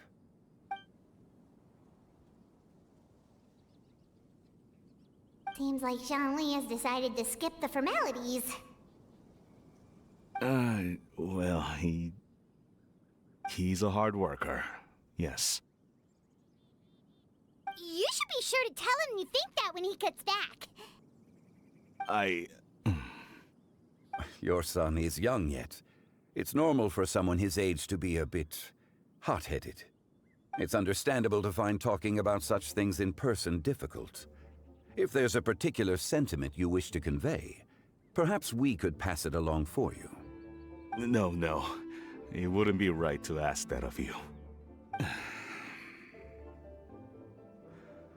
This thing between us has festered for many years now. In truth, there are some things that simply aren't easy for us to talk through. I've been in the tea business for most of my life, and I always hoped my child would do the same. Otherwise, how would he support himself? Over the past few years, I heard how well he was doing for himself as a guard. How his work was taking him to farther and farther off places. I also heard that he never gave up on wushou dancing. It made me happy. But I was also worried. When you're young, you can handle all that physically taxing work and manual labor. What young person isn't capable of making a living that way? My concern is what happens when you get old. Every time I get to thinking like that, I cannot help but be reinforced in the belief that I was right. That I was right not to give in. I often regret introducing him to wushou dancing as a kid. If I had known how things would turn out, I would have never taken him to see those performances in the first place. It is only natural for a parent to strive to send their child down the right path. No one would begrudge you that sentiment, Uncle Ip. You need not worry. You seem quite young, Mr. Zhongli. Yet you speak with such wisdom. Perhaps I have misjudged your age. Your words are too kind. Truth be told, one of my old friends has several grown daughters. Rather than fretting about their future, however, she prefers to let them find their own way. Then she's more easygoing than I could ever be. I fear I lack such an open mind. I meant to say earlier, there is no need to be so polite. Feel free to call me by my name, Ipdak. Sure. So, do you also think I fret too much, Mr. Zhongli? That's not exactly what I was hoping to convey. Only a fool would ask a parent not to worry about their child. But think of it this way.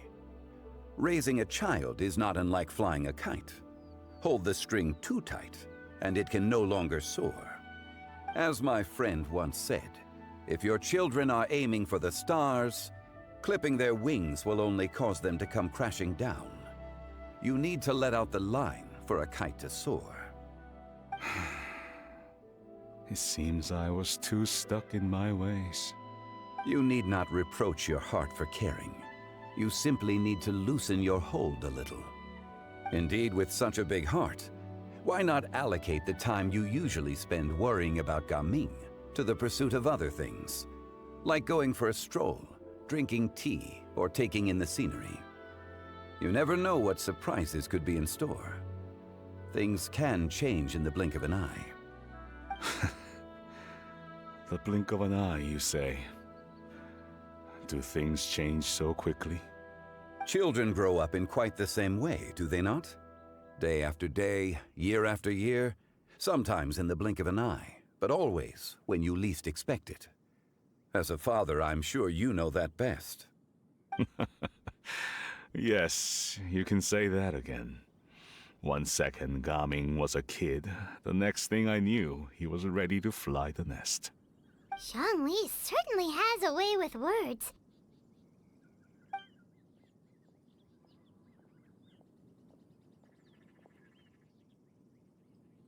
Oh, Gaming is back! Hey, Gaming, we're over here! Dad, Traveler, Paimon. Good, you're all here.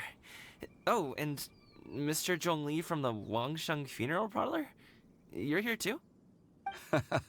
A fated meeting indeed. We were just enjoying some pleasant conversation.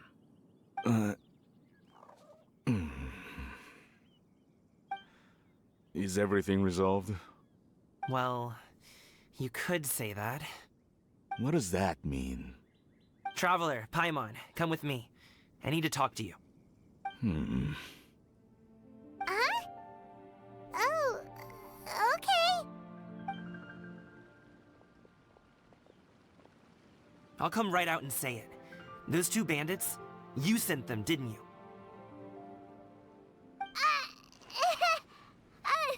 So, that's how we're starting off?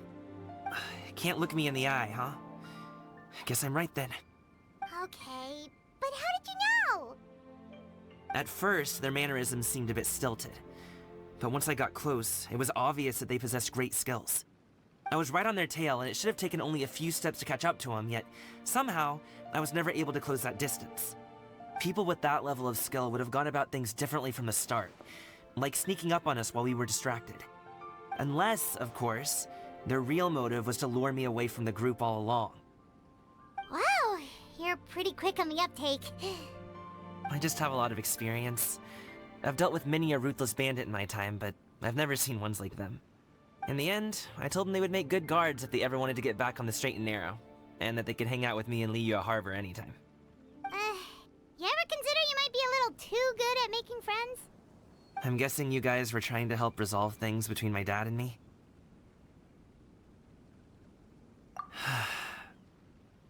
I appreciate it, I really do. But this conflict between us has been going on for a long time. Even if those two were real bandits, and I was able to subdue them and show them what I was capable of, it wouldn't change anything. You've seen the way he talks to me. It's not like that at all! Your dad really cares about you. You should see the way he talks about you when you're not around. Zhongli was talking things through with him, and he nearly agreed to let it go. You don't believe us? He won't let it go. He can say as much as he wants to other people, but he won't talk to me. I'm certain of it. You told us you wanted to prove yourself to your dad. Why don't you tell him about all the hard work you've done these past few years? Will that even do anything? I'm not sure talking is enough. You won't know unless you try. Just like how you won't know if something is delicious unless you taste it. Listen to us. It's time to put these people skills to good use. You can make friends with anyone, so why not your dad? I'll do my best. You are very knowledgeable, Mr. Zhongli. I'm impressed. Despite my being in the tea industry for several decades, it seems I still have much to learn about the art of tea tasting. You flatter me. It was nothing but a few humble musings. How much tea have you drank since we've been gone? Ipdak and I have found many a common interest. Our friendship, much like a cup of tea, seems to grow stronger the longer it has to steep. Well said, Mr. Zhongli. Gaming, Mr. Zhongli is very knowledgeable. You should take the opportunity to learn from people like him when you're in the city. Huh? Oh, of course. Ahem. Zhongli? I have very much enjoyed our conversation, Ipdak, but I, unfortunately, have some unfinished funeral parlor business to attend to. Oh, I hope I didn't keep you. My apologies for taking up so much of your time, Mr. Zhongli. No need to stay on my account. When you're less busy, let's find a time to meet. I'll treat you to dim sum. It would be an honor. We'll see you off, Zhongli. You two have a nice chat, all right?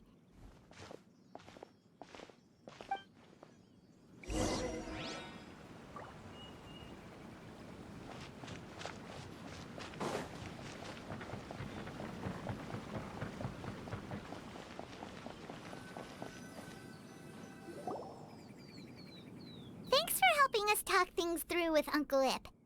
Good thing you were able to pick up on what we were putting down. I have been around the both of you for some time now.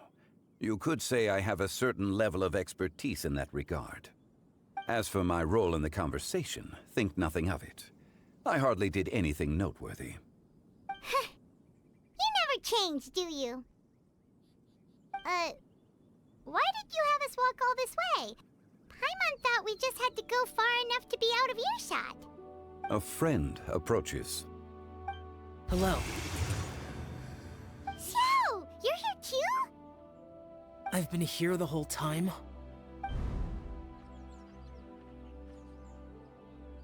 A ghostly kite.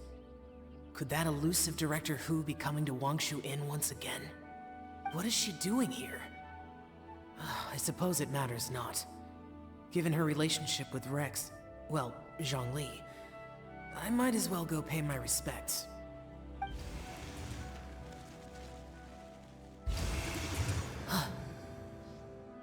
It's you! I thought you were Director Hu. Ah, your arrival is most fortuitous. Do you want to try out this new gadget? The addition of the power source makes the takeoff more stable. It's just that... He seems quite immersed in the study of this device. I fear it's almost too stable. It completely negates the pleasure of seeing one's kite sway with the wind. It's a bit of a shame. In truth, I'm here because Director Hu dispatched me to purchase some items in preparation for Lantern Rite. I see. Much like she does every year. Much like she'll do next year, I would imagine.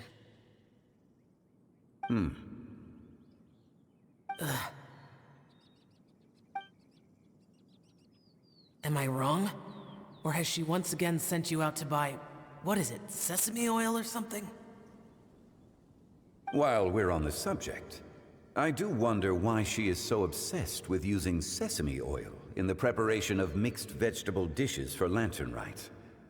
A recommendation from Xiangling, perhaps. What do you think, Xiao?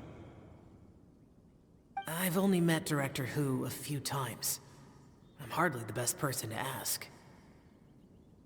Ah, and is that not a sign that you should visit Wangsheng Funeral Parlor more often?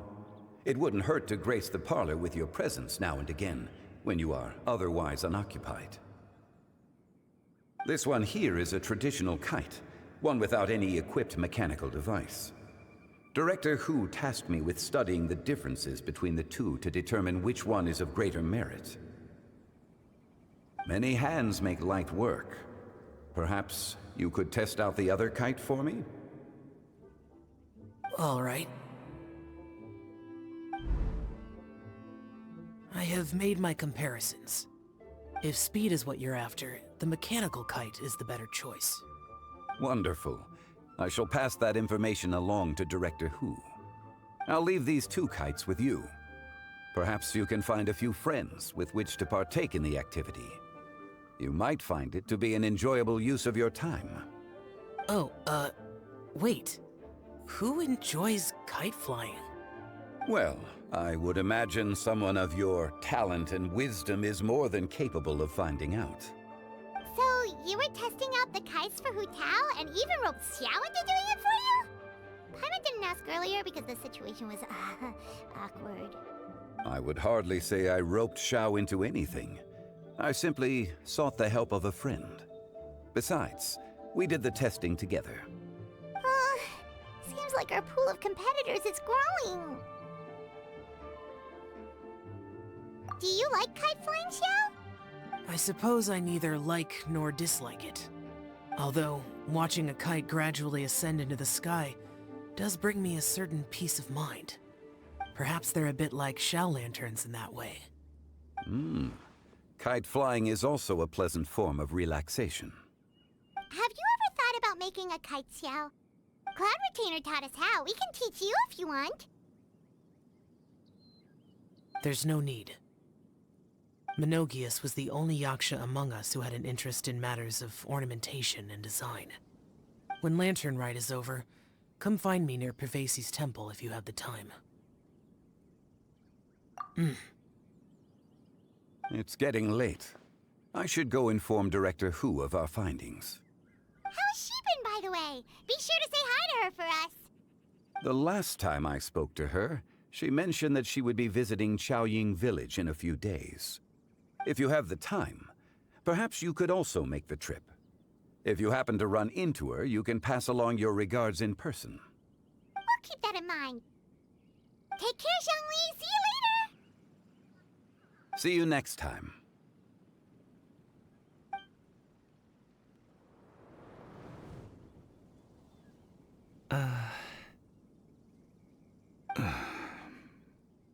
Coming. You can go first. I don't have anything to say. Then I'll go. I still don't want to leave Liyue Harbor. Oh. I can't say I support that decision, but... Hey, let me finish before you get all worked up. Sit, Shenhe, sit. You must be tired from your journey. Shall I pour you a cup of tea, or would you prefer something else to drink? No need. I'm not tired. They're gone, Master. Perfect. The time is nigh for us to make an appearance. Do you remember the plan when recounted to you? Yes, Master. We aim to give them a demonstration of familial love. So I'll have whatever you are having. All right. What are Auntie Xianyun and Shenhe doing here?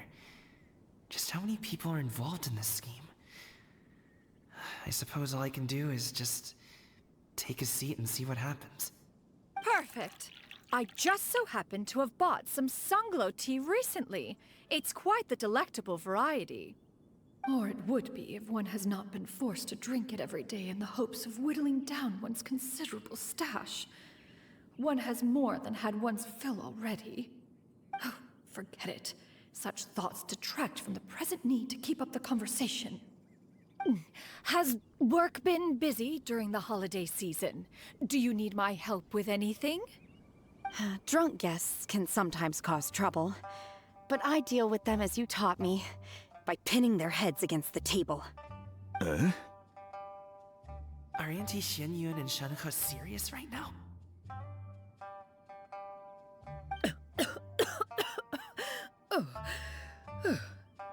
Oh dear. While one was busy orchestrating this act, one seems to have forgotten about Shenhe's various eccentricities. What I meant to ask was, have you made any new friends? We live so far from each other. It would be a great comfort to me to know you were surrounded by good companions. You already know of my past circumstances. Recently, I've been conversing with Guoba in the kitchen at night. Guoba can't talk, but his companionship is a comfort. The poor child. Her one friend can't even talk. I guess maybe Gaming is not doing so bad after all. Perhaps I've been too hard on him. Let's move on, shall we? Do you have any plans for today, Shenhe? How about we do something fun? That sounds about right. Take her to do something fun, and perhaps she'll loosen up a bit. Like we used to do when we would carry stones up and down the mountain from dawn until dusk, picking herbs to eat for dinner along the way. If that is what you ask of me, then that is what I shall do. Dad, here, have some tea. Or no, wait, let's not have any just yet. Yeah. I simply can't listen to that any longer. Coming. I'd like to finish what I was trying to say before. I don't support your decision to stay in Liyue Harbor, because living there is too hard on you. If you come home, there will be people to help you. I'm not saying we have to live under the same roof.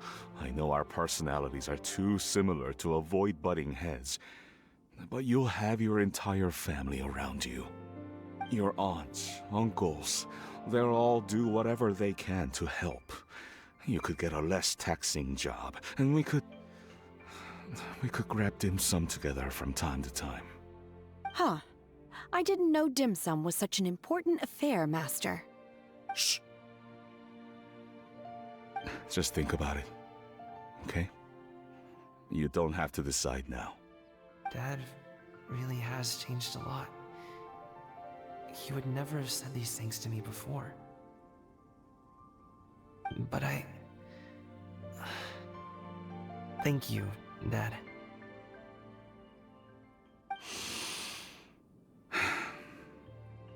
It's been long enough, don't you think? Oh, Paimon sure hopes they've made up by now. Oh, they're drinking tea in silence. That's not a good sign. Did Xianyun's plan not work after all? Hey, you two! Paimon's sorry we were gone for so long. We got to chatting with some friends and didn't realize how much time had passed. Perfect timing, actually. We seem to be just about done here. Yep, let's go. I'll get the bags.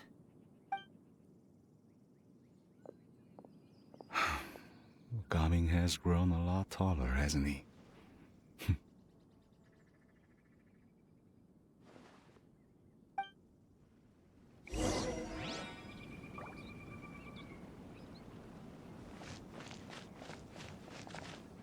Master, did I say something wrong earlier? I tried to go along with your questions, but when I saw how you and that man reacted, I started to wonder. Not at all. Certain unforeseen variables may have presented themselves along the way, but the outcome proved favorable. The plan was a success. Then I helped? Naturally. Your purity of spirit is one of your greatest strengths, Shenhe. You need not change who you are.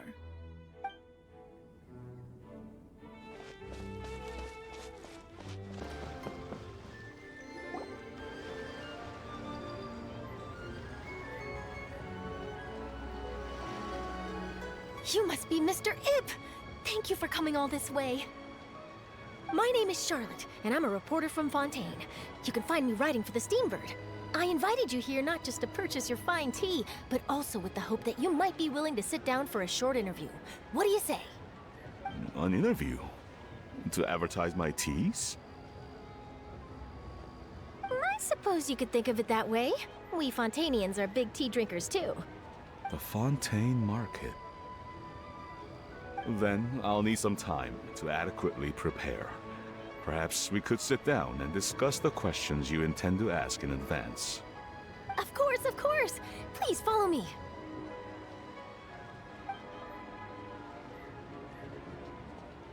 Is this person also involved in your plan? And here I thought I had lots of connections. I suppose I've been humbled. You sure know all kinds of cool and important people. Over here! Yoo-hoo! Over here! Huh? What? Auntie Shenyun? She probably wants to talk about the next phase of the plan. Let's go while your dad is still distracted.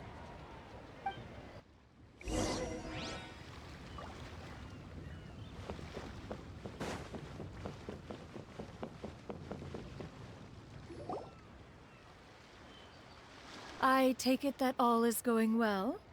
Don't worry, Shenyun. Everything is going according to plan. I knew it. I knew that was all an act earlier.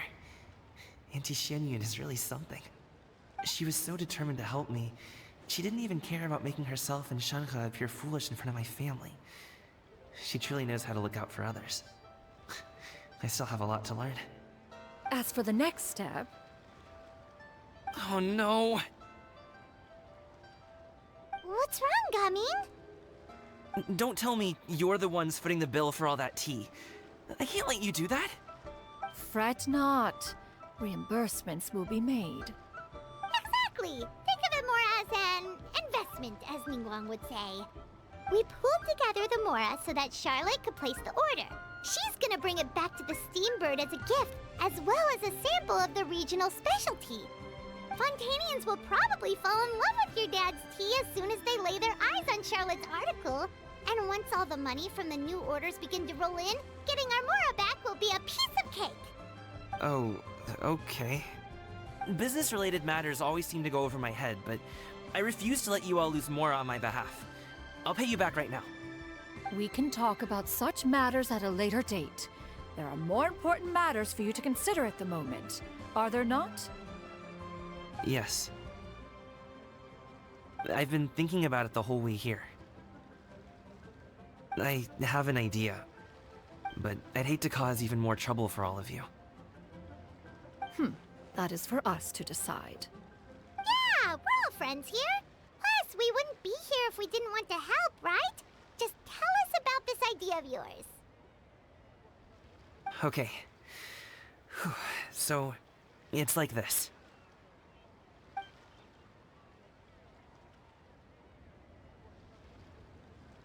Got it! Just leave it to us. Let's split up and make it happen.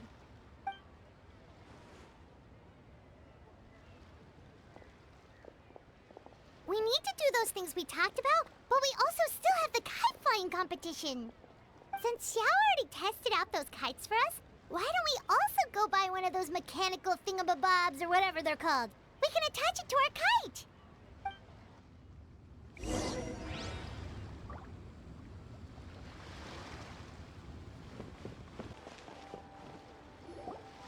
Hello again. Welcome back! I see you returned from your trip. I really do have to thank you for all your help from before. Thanks to you, my daughter was able to build a kite with her grandmother that very same day. She even wrote a long letter telling me how much she loved it. Oh, you should really be thanking Gaming, not us. I'll be sure to. And are you here to buy a kite? Please, take your pick. Oh, we already have a kite. We wanted to buy one of those, device thingies from Fontaine. Do you sell them separately? Yes. Here you go. Please, take it, free of charge. The directions are in the box. It's not hard to install at all. It doesn't feel right for us to just take it. Well, nor would it feel right for me to take your Mora. Good luck in the kite flying competition. I'll be rooting for you. All right then, thank you.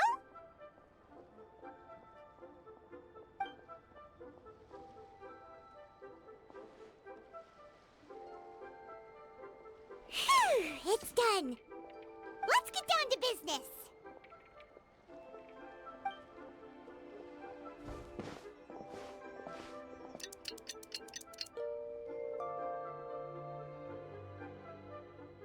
Looks like we finished everything we needed to do.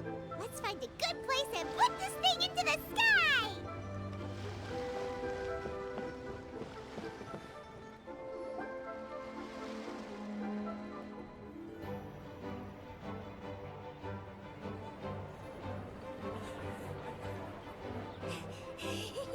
Chi-Chi, we're almost there. Okay.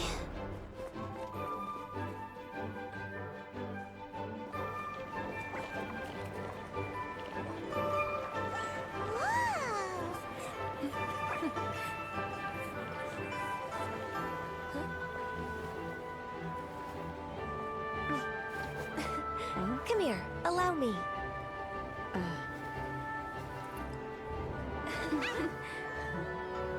The lantern rite is as festive as ever!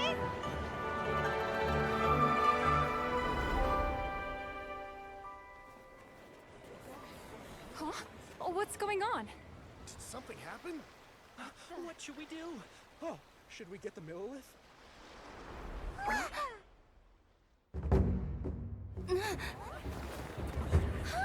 What's that?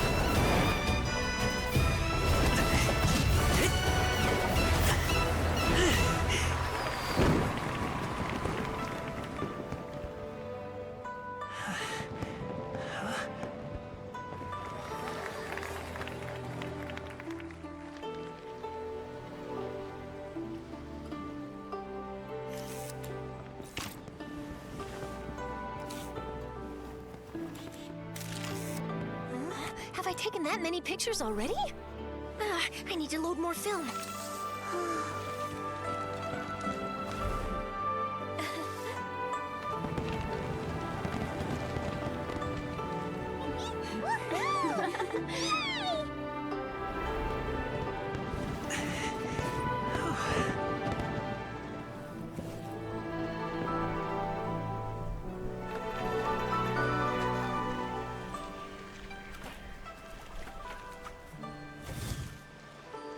Wait, the wind.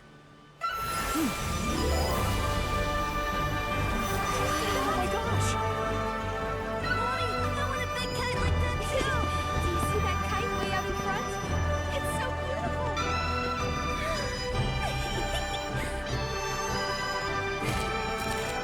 Happy Lantern Rite. Happy Lantern Rite!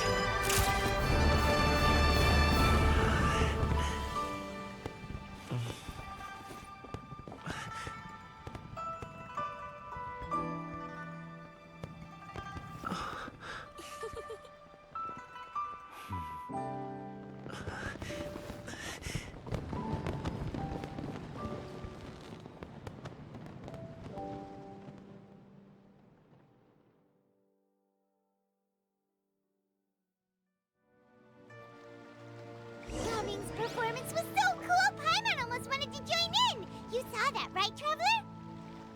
Let's go find him! Oh! He's over there! Talking to his dad!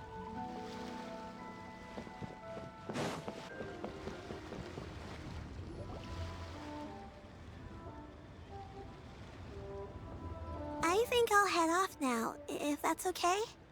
Thank you, little girl. Do you want us to walk you back? No need, no need. Master is waiting for me right over there.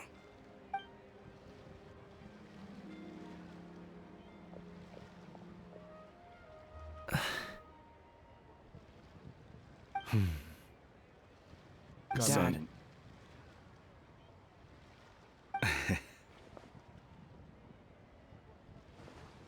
I suppose I'll go first this time. Okay. Your performance. I've seen many wushou dances in my time, but I've gotta admit, what you pulled off there was breathtaking. Wow. I never thought I'd live to hear you say that. You're serious about doing this professionally? Absolutely. I know it'll be difficult, but... Then it doesn't matter. What I mean to say is, of course it'll be difficult. But if that's your decision, if that's your dream, then it doesn't matter how difficult it is. As long as you put in the work, then any obstacle can be overcome in time. Really, when I was young, I also... Actually, how about we save that story of my past for another time? All I really want to say is, I've changed my mind. Much like this kite, you also deserve to soar to new heights. Dad. Son. Son? Haven't heard that in a while. I bet you're wondering what's gotten into me saying all this. Well, a little bit, yeah. Anyway, I know I've never found the chance to say this before, but...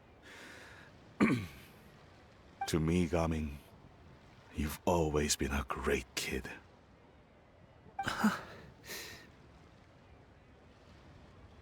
Alright, that's everything I've got.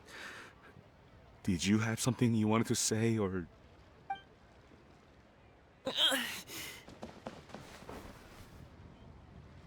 Seeing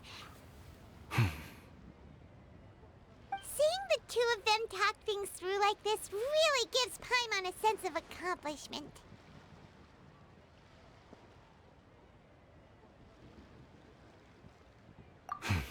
Now go. Over there. Your friends are still waiting for you. Huh? But You came all this way. I'll be staying in Liyue Harbor for a bit longer. When you have time, we can grab dim sum together. Your treat, right? Dad, honestly. Go. Okay, then I'm off. See you soon.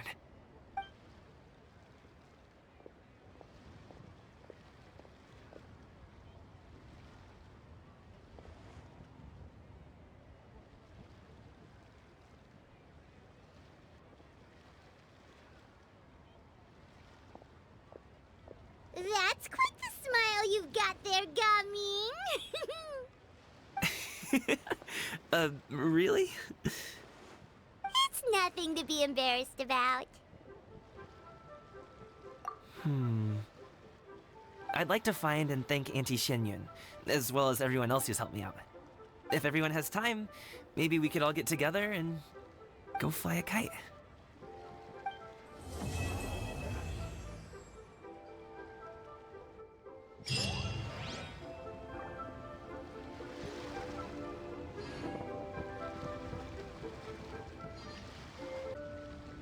Oh, Paimon almost forgot! Didn't Zhongli say Hu Tao was also planning on spending some time in Xiaoying Village? We didn't have anything else to do today, right? Why don't we go have a look around? Maybe we'll run into her.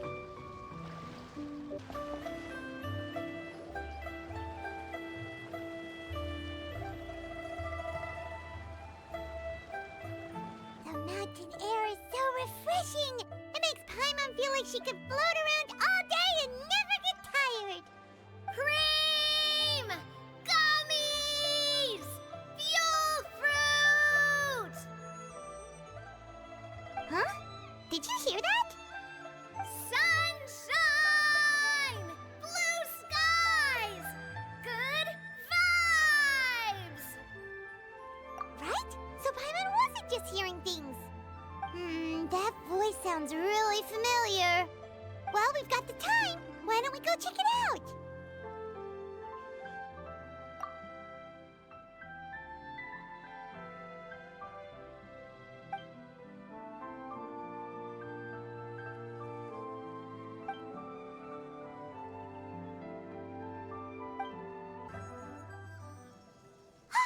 What are they doing here? Navia, Clarande! Ah, well, if it isn't my dear partners. See, I told you that something good was going to happen during our travels today. I have to say, sometimes the Steambird's astrology column is spot on.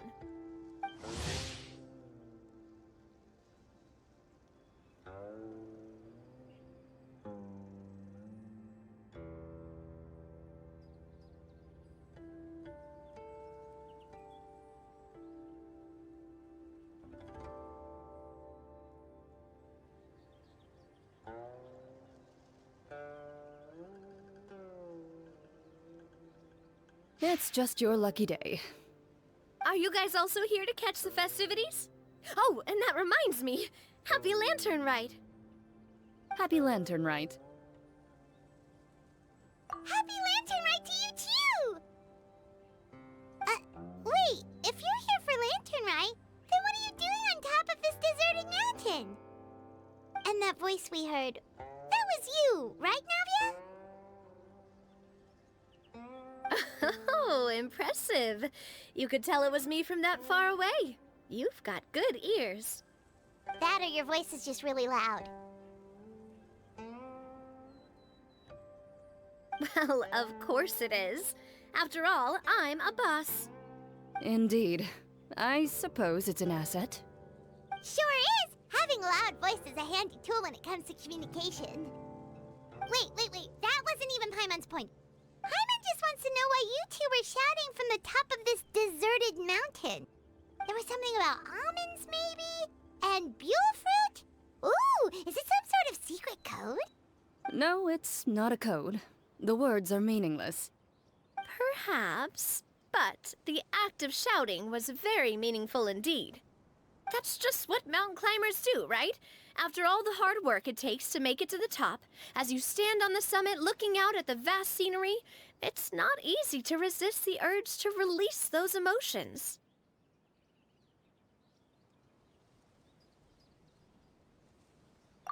Exactly. You get me, partner. I was afraid that it would cause a disturbance, so I asked the locals around here, and they said it was fine. Apparently most hikers like to shout when they get to the top, so the locals are used to it by now. So, you see, it's not just me. I guess everyone shouts from the top of a mountain at some point in their life. Speak for yourself. When you're stressed, don't you ever just get the urge to do something for no reason? Not really. If I ever get stressed, I just go hunting. Oh, that's a pretty good way to relieve stress.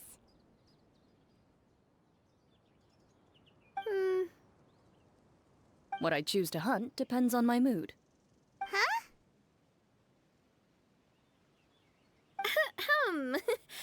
Anyway, why don't you two give it a try? Shout anything you want. It's a real stress reliever. As long as Paimon has clothes on her back and food in her belly, Paimon doesn't think there's any stress that needs relieving. Oh, I bet you guys are just too embarrassed to let loose. No need to be shy. Even Farina was shouting from the top of this mountain earlier. Huh? Did Paimon hear that right? Farina's also here? In Qiaoying Village? Believe in your ears. It is indeed as you heard. Actually, the reason we climbed this mountain in the first place was also because we heard the sound of shouting. Yes, we could just about make out someone yelling things like, "Help me!" and "What should I do?" So we hurried up here to check it out.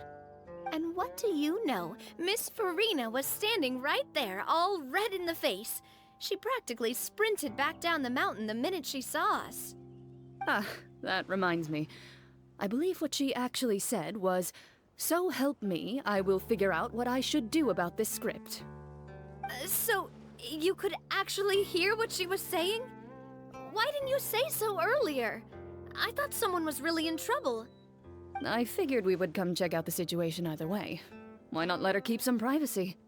Oh, seems like you caught Farina in the middle of some stress relief as well. She probably would have never thought. No, she definitely would have never thought she would run into anyone she knew all the way out here. I think so. We ran into Nervalet on the way here as well, but he was already on his way back, so they probably weren't together. What? Nervalet was here too? What was he doing here? It couldn't have been for vacation. I think it just might have been, actually. But apparently he only stayed for half a day before heading back. He's a very busy man. Neuvillette is not the type to take much time off. Taking even a half day for himself is already a huge step in the right direction. Didn't Charlotte publish an article on the Liyue tea industry recently? Maybe he was inspired to come buy some tea after reading that article. You know, just like you were. My situation is completely different. I'm here because I was asked to accompany you. The tea purchase is simply an added bonus of this location. You Fontanians and your tea drinking. Oh, it's not for me.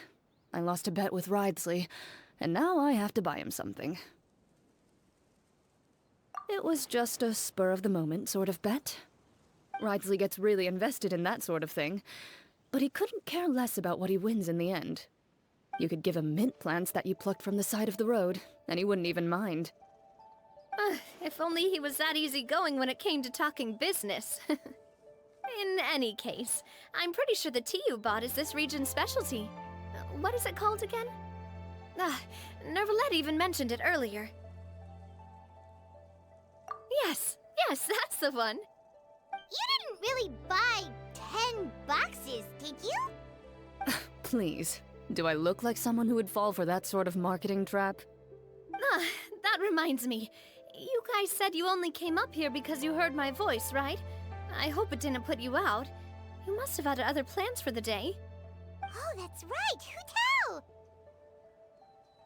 A few days ago, we heard that a friend was going to be in Qiaoying Village, so we decided to come and see if we could run into her. Oh dear. We've been chatting for quite some time. I'm sorry for keeping you. That's good. We should probably head out and look for Hu Tao. No need to stay on our account. We just got up here, so we're gonna stay around for a little longer. Go and meet your friend. We can meet up in Qiaoying Village later. Sounds good. We're gonna head down the mountain then. See you later!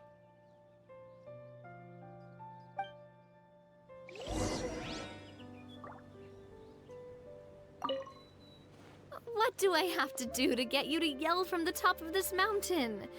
Name your price. You really want to hear it that bad, huh? I'm just curious is all.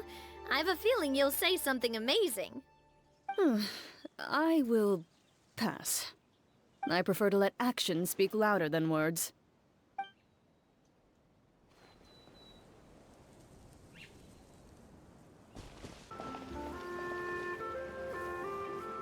Qiaoying Village is known for its tea, but you know what else they have with tea? That's right, dim sum! Didn't Gaming say something about dim sum being eaten in the morning? Oh, Paimon wonders if we can still get some at this time of day. Oh, well that's fine too. Paimon doesn't care what kind of tea it is as long as it comes with some tasty snacks.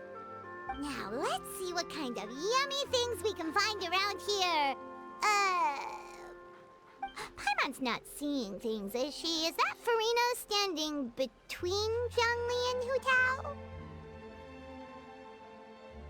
Wonder what they're talking about. Zhongli knows a lot of stuff. Maybe he's telling Farina about Qiaoying Village.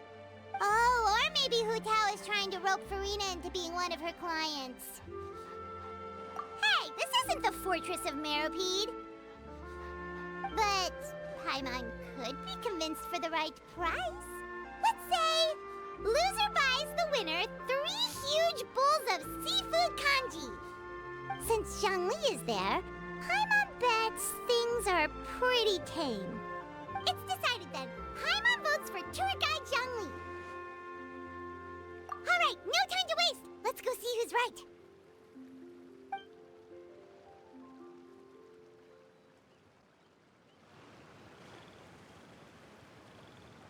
Good afternoon, Hu Tao, Zhongli, and Farina! Oh, great. Now Paimon's shouting too. Oh, well, aren't you a sight for sore eyes? Seems like our luck just keeps on growing. That we were able to meet you both without prior arrangement must mean that this is quite the serendipitous meeting indeed. Huh? Oh, so both of you are acquainted with the Traveler and Paimon then? I'm pretty sure you didn't learn that one from me. I must admit, I'm a bit surprised to see you here, Traveler. But seeing as you're a hero who's been all over Teyvat, it makes sense that you would be well-traveled and well-connected. Since we have found ourselves in each other's company within this fertile land, allow me to take this opportunity to wish you a happy Lantern Rite. It appears you have been to Fontaine then. Given your proclivity to spread good deeds wherever you go, it's no surprise that you would make the acquaintance of a celebrity as illustrious and celebrated as Miss Farina. That's quite high praise. What I mean to say is, you flatter me, Mr. Zhongli. Although I've built up a certain following within Fontaine, it is no reflection of strength or wisdom. I stand before you right now as nothing more than an ordinary traveler in search of beautiful scenery and creative inspiration. There is definitely more to Mr. Zhongli than meets the eye. I could tell as much from our conversation earlier. Given his breadth of knowledge on both academic and worldly matters, there's no way he hasn't heard about what happened in Fontaine. Is he just feigning ignorance for my benefit? No. Yeah. You're no common tourist. I simply won't have you talk about yourself that way. Huh? Does that mean Hu Tao also knows? You may not have heard, friends, but... Miss Hu Tao. Miss Farina is now one of my esteemed clients. Yup.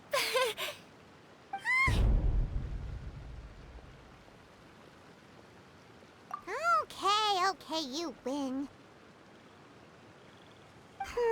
Guess Paimon will have to break into the hidden stash at the bottom of her shoe. What's this about winning something? Don't tell me. You two were placing bets on us.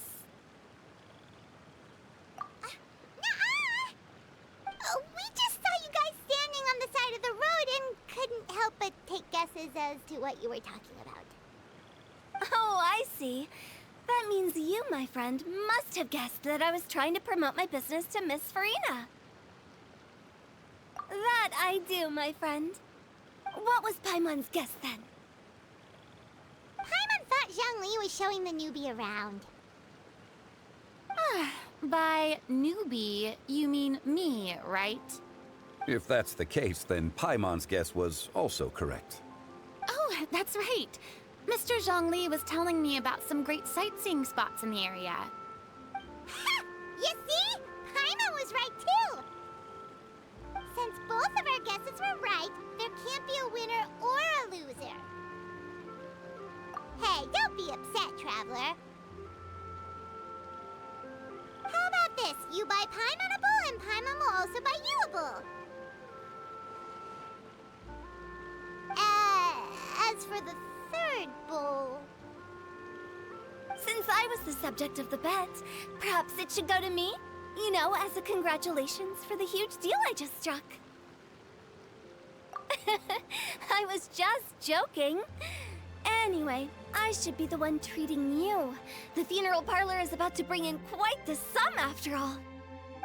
Oh, Paimon almost forgot to ask about the most important question.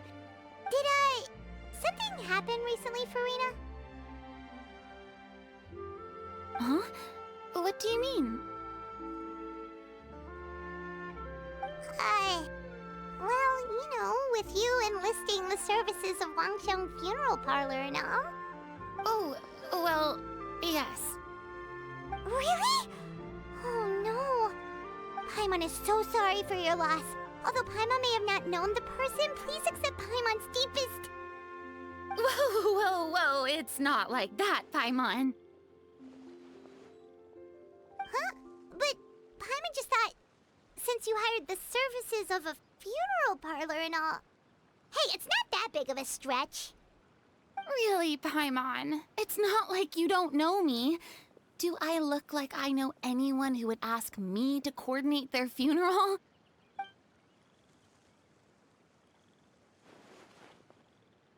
Miss Hu Tao is simply helping prepare some props for my film. Not too long ago, I read a collection of horror stories from Liyue. The content was spectacular. In fact, I still feel the need to sleep with the light on even now. Anyway, that's not the point. Now that Fontaine's biggest star has returned to the stage, I figured it's about time the industry enjoyed a breath of fresh air. Hey, that's pretty good. I'll have to remember that for my ad posters. Oh, Paimon sees. That makes a lot of sense.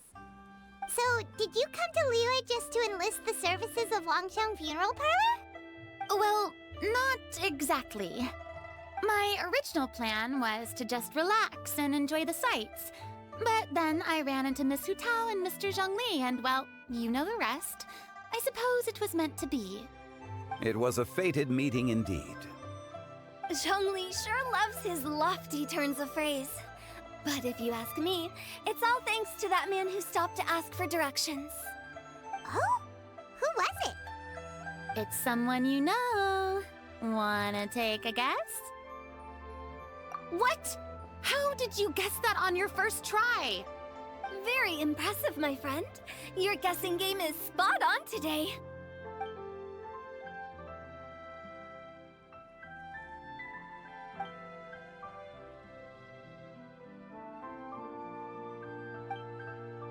Huh.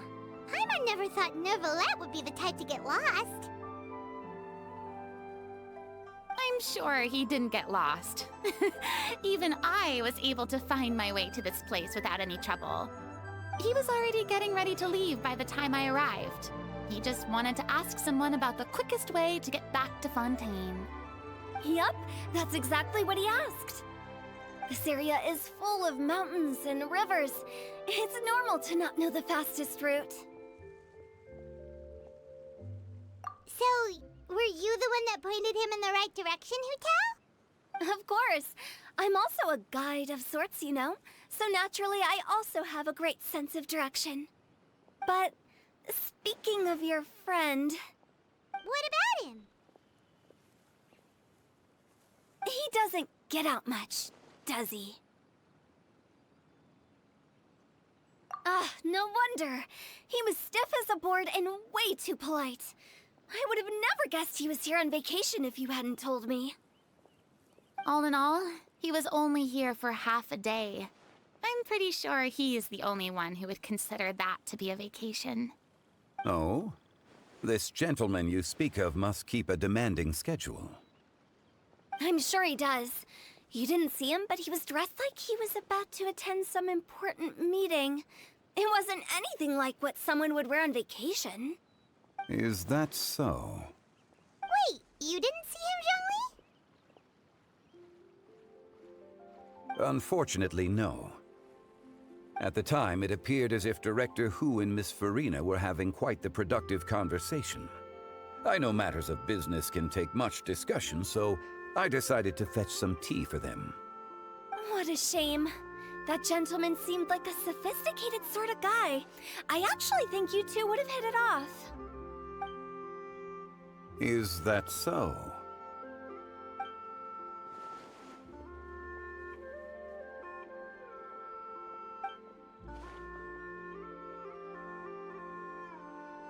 Hmm?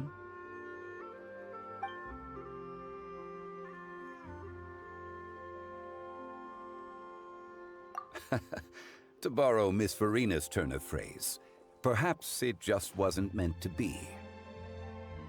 Well, with the Traveler around, I'm sure you'll have a chance to get to know each other at some point. That's right. She's got more friends than she knows what to do with. Well, that's certainly true. Oh, that reminds me. If you get the chance, you should try and talk to Neuvillette into loosening up a bit. Just tell him the Palais Mermonia isn't going to fall apart if he disappears for a few days. He shouldn't keep himself cooped up all the time. Even clams open their shells to let in fresh water every once in a while, right? If he's really that much of a stickler for protocol, he can fill out a leave of absence request. He'd have to approve it himself since he handles that sort of thing now, but you know what I mean. Seems like this gentleman is also in charge of something pretty important.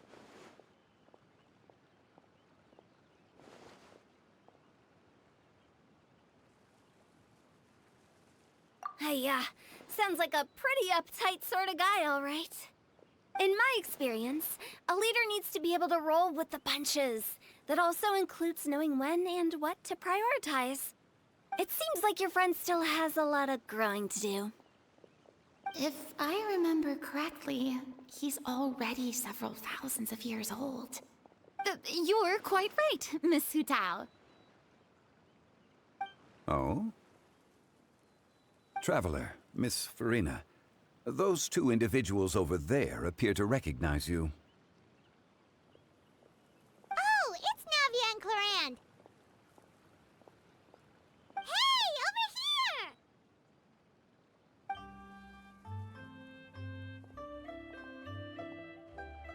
We saw you all chatting over here, and we're wondering if we could join in.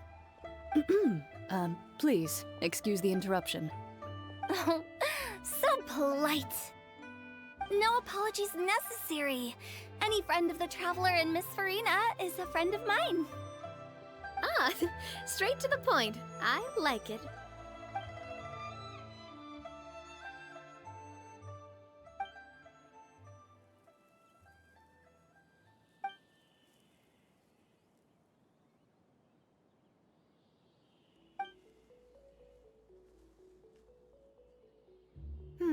It's getting late.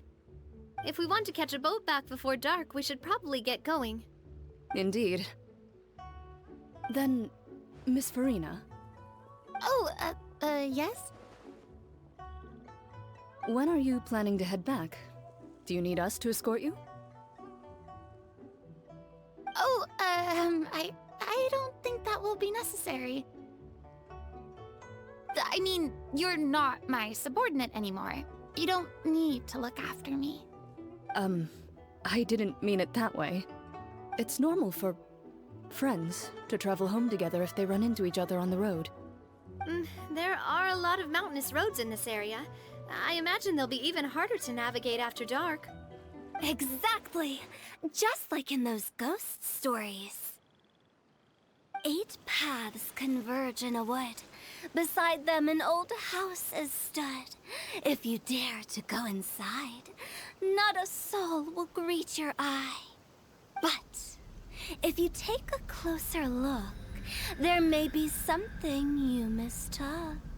A candle flickers to and fro, yet there is no wind to make it so. What is its secret? What could it mean? In this wood, where mystery screams.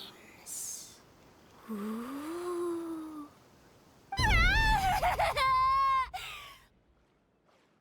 My dear demoiselles, ladies, no, I mean friends, please take me with you. Of course. Gotta say, Farina, you are really quite the character. By the way, did I hear you mention that Clorand used to work under you? Then you must have also been a leader at some point. Well, that's, all in the past now. Besides, being a leader is hard. It wasn't the right job for me. I prefer how things are now. I can come and go as I please, and get to enjoy the sweet taste of freedom. I see. Well, you've certainly picked an apt place to relax. Xiaoying Village is an exemplary choice. Only the best. And I've learned a lot, too. Thank you so much, Miss Hu Tao and Mr. Zhongli. It's fine. You've thanked us more than enough already. The next time you're in this neck of the woods, I'll treat you to some dim sum in the city. Dim sum. Is that some kind of Liyue term for snacks or desserts? They are a part of it. It's basically a table full of as much tea, sweets, and good company as you can manage. Oh, so it's basically a tea party. Sounds great. Make sure to order the winter melon cake and the lotus flower crisp. They're so sweet and delicious, Paimon knows you'll love them. Ooh, okay. I'll be looking forward to it then. Wait, but didn't you guys say you were here on vacation? How come you're all going home empty-handed? Of course I am. I bought tons of fun things to bring home with me. A kite, a parasol, a little tin frog that jumps. Oh, and a stuffed toy of a mythical beast. Clorand is the one who didn't buy anything for herself. So all you're bringing back with you is that tea? And some tea-flavored hard candies. They're for Sigewin. Clorand isn't much of a shopaholic. Well, one of us has to practice restraint. Hey, I'm hardly reckless with my Mora. I'll have you know, all the purchases I made today were well within my budget. Me? Oh, well, I bought some tea, of course. I just had to try all the varieties recommended in the Steambird. Other than that, just some bits and bobs, you know. A little bit of this, a little bit of that. They should all be things I can use, I think. Now Paimon's even more confused. If you bought that much stuff, where did it all go? Into one of Linny's magic packets? Oh, actually... Monsieur Neuvillette took them with him. Oh, so that's what happened. Wait, what? Why did he take them? He's not hoarding treasure, is he? Oh, that's quite the imagination you've got there, Paimon. Monsieur Neuvillette just saw the amount of bags we had and offered to take them back for us. I felt a bit bad at first, but, I really did have a lot of stuff. He even offered to deliver my gifts to the Fortress of Meripede for me once he's done with the day's work. Neuvillette is a man of his word. If he says he can do something, then he means it. See, even Clorand was happy to take him up on his offer. If even his trusty subordinate agreed, then who was I to refuse? Wow, he seems like a real gentleman. Maybe he's not as uptight as I thought. If only the funeral parlor had an employee as thoughtful, proactive, and responsible as him. Right, Zhongli? Indeed.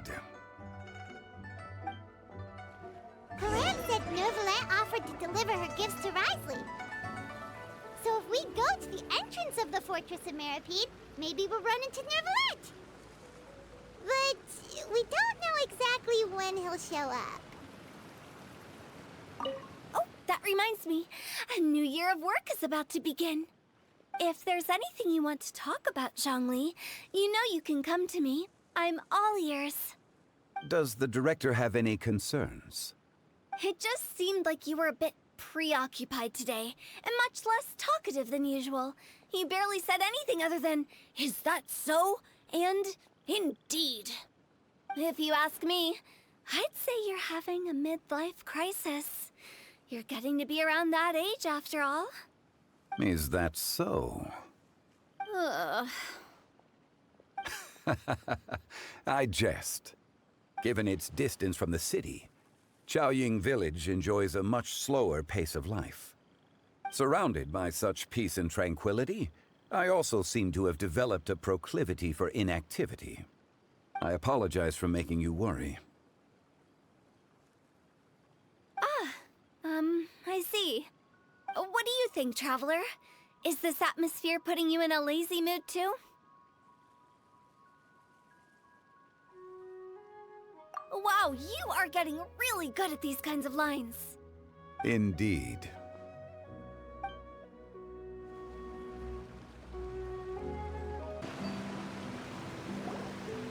Look! It's Neuvillette! We lucked out!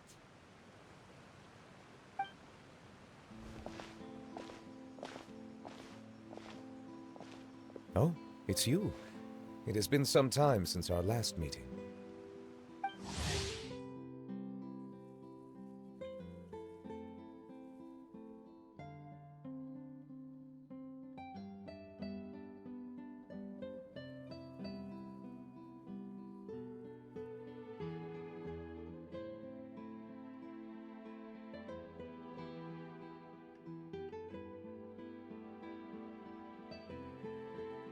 Few people frequent this location. Since I was able to conclude my work early for the day, I thought I might take a walk and avail myself of this area's peace and quiet. You call this early? Do you always work this late, Neuvillette? Strictly speaking, that depends on the agenda for the day. I am hardly bereft of time, however, so working late is of little consequence to me. Really? If you have so much time on your hands, then why did you only go to Chaoying Village for half a day? First, I should clarify that I was referring to my lifespan, rather than the time at my disposal on any given day. Second, I was unaware you possessed knowledge of my trip to Chaoying Village. I see. Thank you for informing me. Yes, they have been safely delivered. I have to hand it to Clorand. Just a simple gift delivery, and she has the great and mighty Udex at her beck and call. I was just passing through. It was merely an act of convenience. All right. Then I hereby confirm receipt of the goods on behalf of the staff of the Fortress of Meripede. A verbal receipt of confirmation? Is such a formality really necessary for a small matter such as this? Guess not. This quantity of tea, though, seems a little excessive for a gift, don't you think? Before you know it, they'll start accusing me of taking bribes. About that. Much of that is my own excess, I'm afraid. Oh? Why? What happened? It was buy 10 boxes, get half off. Ah, that explains it then. Well, go ahead and leave them to me. I'll get through this stash as fast as I can. You have my thanks. Oh, there's something else I'd like to give to you. This is a stone slate, engraved with a symbolic design. While that is an apt description, it is in actuality a legal codex. A legal codex, huh? Before the advent of modern writing utensils, information was recorded on stone slabs such as this. The law was no different. Okay. Since ancient times, the scales of justice have symbolized the fairness and impartiality of judiciousness. As a tribute to that sentiment, this slate was designed after a traditional legal codex and engraved with a symbol instead of text. During my travels recently, I chanced upon a roadside stall offering tourists the opportunity to try their hand at the ceramic arts, so I decided to have a go. We joked with Claran some time ago about gifting you a legal codex. So, here you go. Ah, so that's what this is about. I did not expect you to remember it as well. In any case, I hope this can be considered as a reasonable attempt to join in on the banter. It is a very good attempt. I suppose I shouldn't be surprised. Even your sense of humor centers around the law. That's an impressive level of commitment. Well, a gift of this significance deserves to be put on display, and I know just the place. Front and center in the Fortress's showroom. Surely there's no need for such a grand gesture. Just kidding. I don't have anything like a showroom. But we do have a storage room.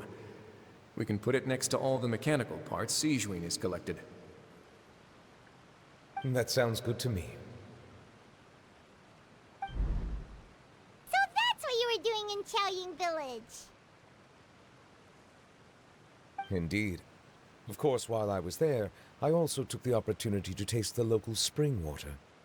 The aftertaste is much purer than what I have delivered to me in Fontaine. It stands to reason that the long-distance transport has a tendency to imbue the water with extraneous emotion. If you want to experience the true flavor, you simply have to go to the source. Perhaps I should organize some time off to do the same elsewhere.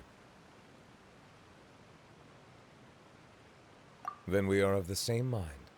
It appears my desire is justified. If you say so, but you know you don't have to justify a vacation, right? You can just take one. After all, you're hardly bereft of time. You can do whatever you want. You're quite right. I suppose I suffer not from a lack of opportunity, but rather a lack of inspiration. However, after reading a few articles about Liyue's holiday traditions, the idea popped into my head and made itself quite at home. Seeing as I was free of responsibilities for the morning, I decided to depart at once. Refreshing. My spontaneous outing seemed to inspire quite a few other spontaneous decisions as well. Take, for example, my foray into ceramics. At first, soil from the ground is granular and unforgiving, but add the right amount of water, and it becomes soft, moldable, and able to take shape. In the past, I never thought about how quotidian vessels were crafted, but now I have participated in their very making. This is also something I made today.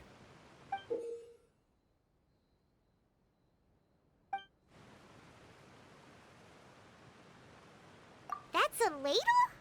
Paimon thought it was supposed to be some long-necked sea creature. That was indeed one of my inspirations. Really? You like it?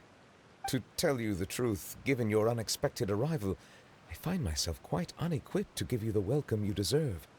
Around such an important holiday such as this, human custom would dictate that gifts should be in order.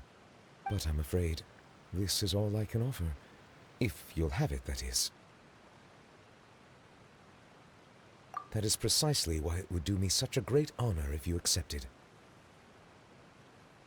You are most welcome. Happy Lantern Rite.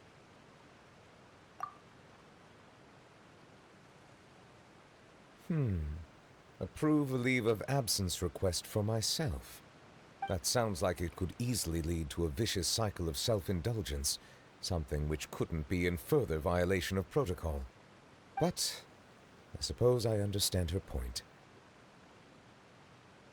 My proclivity to refrain from personal outings does, in part, originate from a sense of responsibility toward my duties. But it is also due to a lack of desire to engage in the human world. But now I see that the human world is indeed full of many interesting places to discover.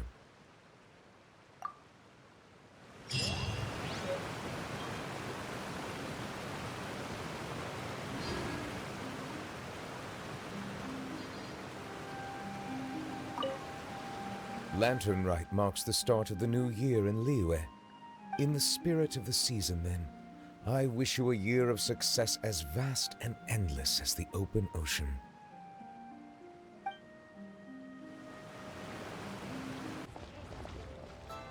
Oh, Lantern Rite was simply amazing.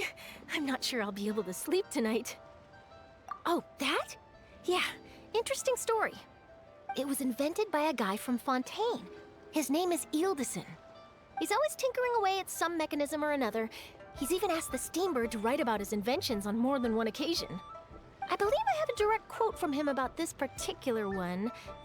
Yes, here it is. The device is powered entirely by mechanical components without the need for any additional energy source. Basically, it's a manually operated cranking device. How high it can fly entirely depends on how much force you can exert.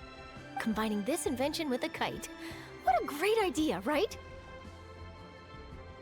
Oh, my conversation with Mr. Ip went really well. I've already sent the first draft of my article back to the Steambird. It's a piece that contains all the pertinent information while also telling a story. I'm quite proud of it. Oh, that reminds me. I should thank everyone who made this possible for me. Especially that spirited lady with those peculiar turns of phrase. Miss Shenyun was her name, right? It was all thanks to your connections and creativity. I would have never thought I'd be able to bring such a special gift back to Fontaine with me. This was my first time experiencing a foreign holiday in person.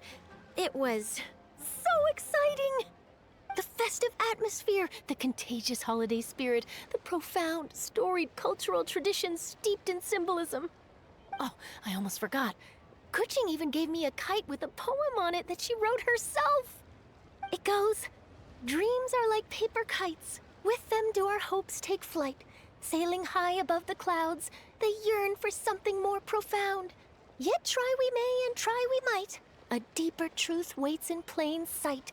Though we hang our hopes in skies abound, many joys lie on the ground. I want to include this poem in my special feature on Lantern Rite.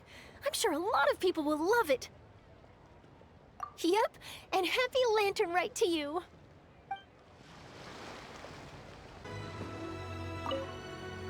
Given your present countenance, one presumes you are missing some old friends again. One cannot help but be reminded of them. Pray speak. Unburden yourself of these sentiments. One simply wishes Menogius were alive to witness such peace alongside us. He was so skilled in matters of craftsmanship. Kite making would scarcely prove to be a test of his capabilities. Were he yet amongst the living, he could have opened a kite stall. One is certain, it would have been an establishment rich not only in profit, but also esteem. And if, as in the past, he were unable to involve himself in matters of the mortal realm, we could sell the kites in his stead. When we finished, we could bring him back wine and partake in drink and good company. Mooncarver, those are now but fond moments in our memories. Indeed. The dead are gone, so, as the representatives of the living, let us take in the sights for a bit longer, if just for his sake.